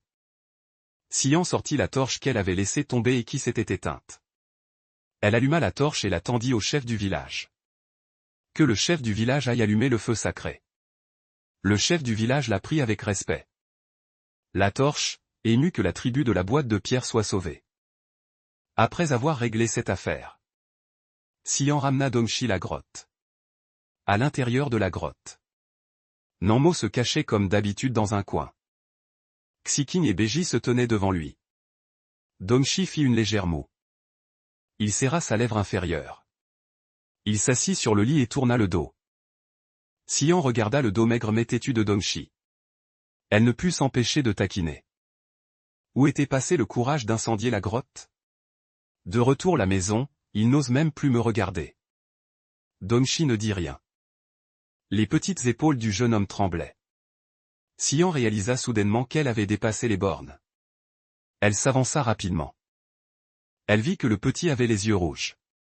Les larmes coulaient sur son visage. Qu'y a-t-il? Je n'ai pas besoin de toi. Dongshi le repoussa avec colère. Il souleva la peau de bête. Et se cacha en dessous. Beji, pour apaiser cette atmosphère tendue, courut tirer sa mère Sion. J'ai faim. Après le départ de Sion, Nanmo sortit de son coin. Il monta prudemment sur le lit. Et caressa doucement le dos de Dongshi. Dongshi enfouit son visage dans la peau de bête, refusant de le relever. Après que Sion eut préparé le dîner, elle appela Dongshi et Nanmo manger. Dongshi ne voulait pas bouger. Nanmo se cachait et ne voulait pas sortir. Sion dut apporter les repas des deux petits. Le soir venu, elle découvrit que le repas de Dongshi était encore elle. Il n'avait pas mangé. Sion réchauffa le dîner de Dongshi. Et le lui apporta nouveau. Dongshi resta immobile et ne mangea toujours pas. Il n'allait tout de même pas se laisser mourir de faim ou s'étouffer, n'est-ce pas? Le futur chef des méchants met le feu à une grotte. Mais s'il ne réussit pas, il s'étouffe. Cette façon de mourir est un peu vexante. Elle soupira. Et prit le bol de riz. Dongshi, caché sous la peau de bête, soudain, se sentit brutalement soulevé. Avant même de réagir, il le regarda, hébété. Sion s'approcha soudainement avec un sourire. Et une petite cuillère en bois apparut devant lui. Ouvre la bouche, Dongshi fut stupéfait. Il ouvrit la bouche par réflexe. La petite cuillère en bois fut placée dans sa bouche. Il ressentit soudain un sentiment d'humiliation. Il cracha rapidement la nourriture, en criant qu'il ne voulait pas qu'elle le nourrisse. Sion s'approcha du petit avec un visage froid. Je ne suis pas pour toi. Je te force, tu ne le vois pas? Ne me force pas à utiliser la violence. Dongshi cria avec colère, mauvaise femelle. Mauvaise femelle, tu es la pire femelle du monde. Sion dit. Et alors si tu penses que je suis une mauvaise femelle? Je te dis. Non seulement je te force manger, mais je te forcerai aussi m'appeler maman. Essaie voir. Dongshi le frappa avec colère. Mauvaise femelle, attends un peu. Quand je serai grand, je me vengerai, c'est sûr. Nanmo regarda Sion avec inquiétude. Elle regarda Nanmo. Puis regarda Dongshi dans ses bras. Elle soupira, sentant que la tâche était lourde et le chemin long. Le soir venu, les 4 petits s'étaient tous endormis dans la grotte. C'est alors que Sion sortit de la grotte. Elle regarda la lune dans le ciel. Elle était baignée par le clair de lune. Tout son petit visage brillait. Non loin de elle, Tyson, qui la surveillait et la protégeait en secret, regardant Sion cet instant. Son esprit était confus, comme si des feux d'artifice explosaient. Le lendemain matin, Sion commença à préparer ses affaires pour la chasse. Beji, voyant cela, demanda rapidement, « Maman, qu'est-ce que tu vas faire ?» Sion se retourna et sourit légèrement, « Je vais chasser. » Beji l'arrêta rapidement. Et dit avec anxiété, « Maman. La chasse est le travail des bêtes mâles. Les bêtes femelles de la tribu de la boîte de pierre n'ont pas besoin de chasser. Il n'y avait pas encore assez de nourriture à la maison. Elle avait besoin de stocker de la nourriture pour faire face divers risques. Donc, même s'il y avait assez mangé pour le moment, Sion décida tout de même d'aller chasser. Mais maintenant, seul moi peux chasser la maison. Sion caressa la tête de Beji et dit en souriant. Xiking fronça les sourcils et l'appela « femelle ». Sion haussa un sourcil, au moins, il ne m'a pas appelé mauvaise femelle et point. N'est-ce pas un petit progrès? Xiking le regarda avec amertume. Il est impossible pour une femelle de chasser. Leurs corps sont trop fragiles. Leur force n'est pas non plus grande. Elles ne peuvent même pas battre une bête longues oreilles. S'il part maintenant, va-t-il les laisser tous les 4 derrière lui? Un sentiment d'inquiétude se répandit dans le cœur de Xiking. Il serra les dents. Ne sachant pas pourquoi, il était très en colère. Sion se retourna. Et dit nouveau en souriant, je vais chasser. Je serai de retour ce soir. Béji tira Sion avec anxiété. Mais maman. Sion caressa la tête de Béji et dit en souriant, ne t'inquiète pas. Maman a une solution. Après avoir dit qu'elle allait chasser, Sion quitta la grotte. Après le départ de Sion, Xiking bouda dans la grotte, je savais bien. La mauvaise femelle ne veut plus de nous. Nanmo, caché dans un coin, était tranquillement allongé sur le lit. Sans dire un mot. Béji était aussi très inquiet. Ce n'est pas la faute des petits s'ils ne croient pas Sion. C'est juste qu'il manque beaucoup de sécurité. Béji dit, grand frère, deuxième frère, troisième frère. Si tu veux garder maman, tu dois être plus gentil avec elle. Xiking serra les dents. Il était la fois en colère et vexé. Il m'a fait des choses si excessives. Béji ne savait pas comment consoler Xiking. Il finit par choisir le silence. Sion ne savait pas comment les autres bêtes chassaient. Mais elle avait sa propre méthode de chasse. Elle prit une pelle en bois et se rendit l'arrière de la montagne. Elle creusa un piège dans la forêt dense de l'arrière de la montagne. Les animaux ici étaient beaucoup plus grands que ceux de l'Apocalypse. Le piège fut donc creusé assez grand. Une fois le trou creusé, après avoir posé des bâtons et de l'herbe sauvage, Sion fit le tour de la forêt. Son sens de l'orientation n'était pas très bon. Elle n'osait pas aller trop loin. Elle chercha un peu. Elle trouva de l'ail sauvage et le déterra. Elle chercha encore. Et trouva un arbre avec des fruits violets. Elle se lécha les lèvres. Un engourdissement. Les yeux de Sion s'illuminèrent instantanément, fruit engourdissant. C'est un fruit engourdissant. Il peut être utilisé comme anesthésique pour les traitements ultérieurs. On peut aussi en faire de la poudre anesthésiante ou autre. Elle chercha rapidement de grandes feuilles. Cueillit les fruits engourdissants et les y mit. Quand elle rentrerait, elle utiliserait une pierre pour faire un pilon. Puis elle transformerait les fruits engourdissants en anesthésique. Si une situation comme celle de Dongshi se reproduisait, elle pourrait utiliser l'anesthésique pour soulager la douleur. Le monde des bêtes regorgeait vraiment de bonnes choses non découvertes.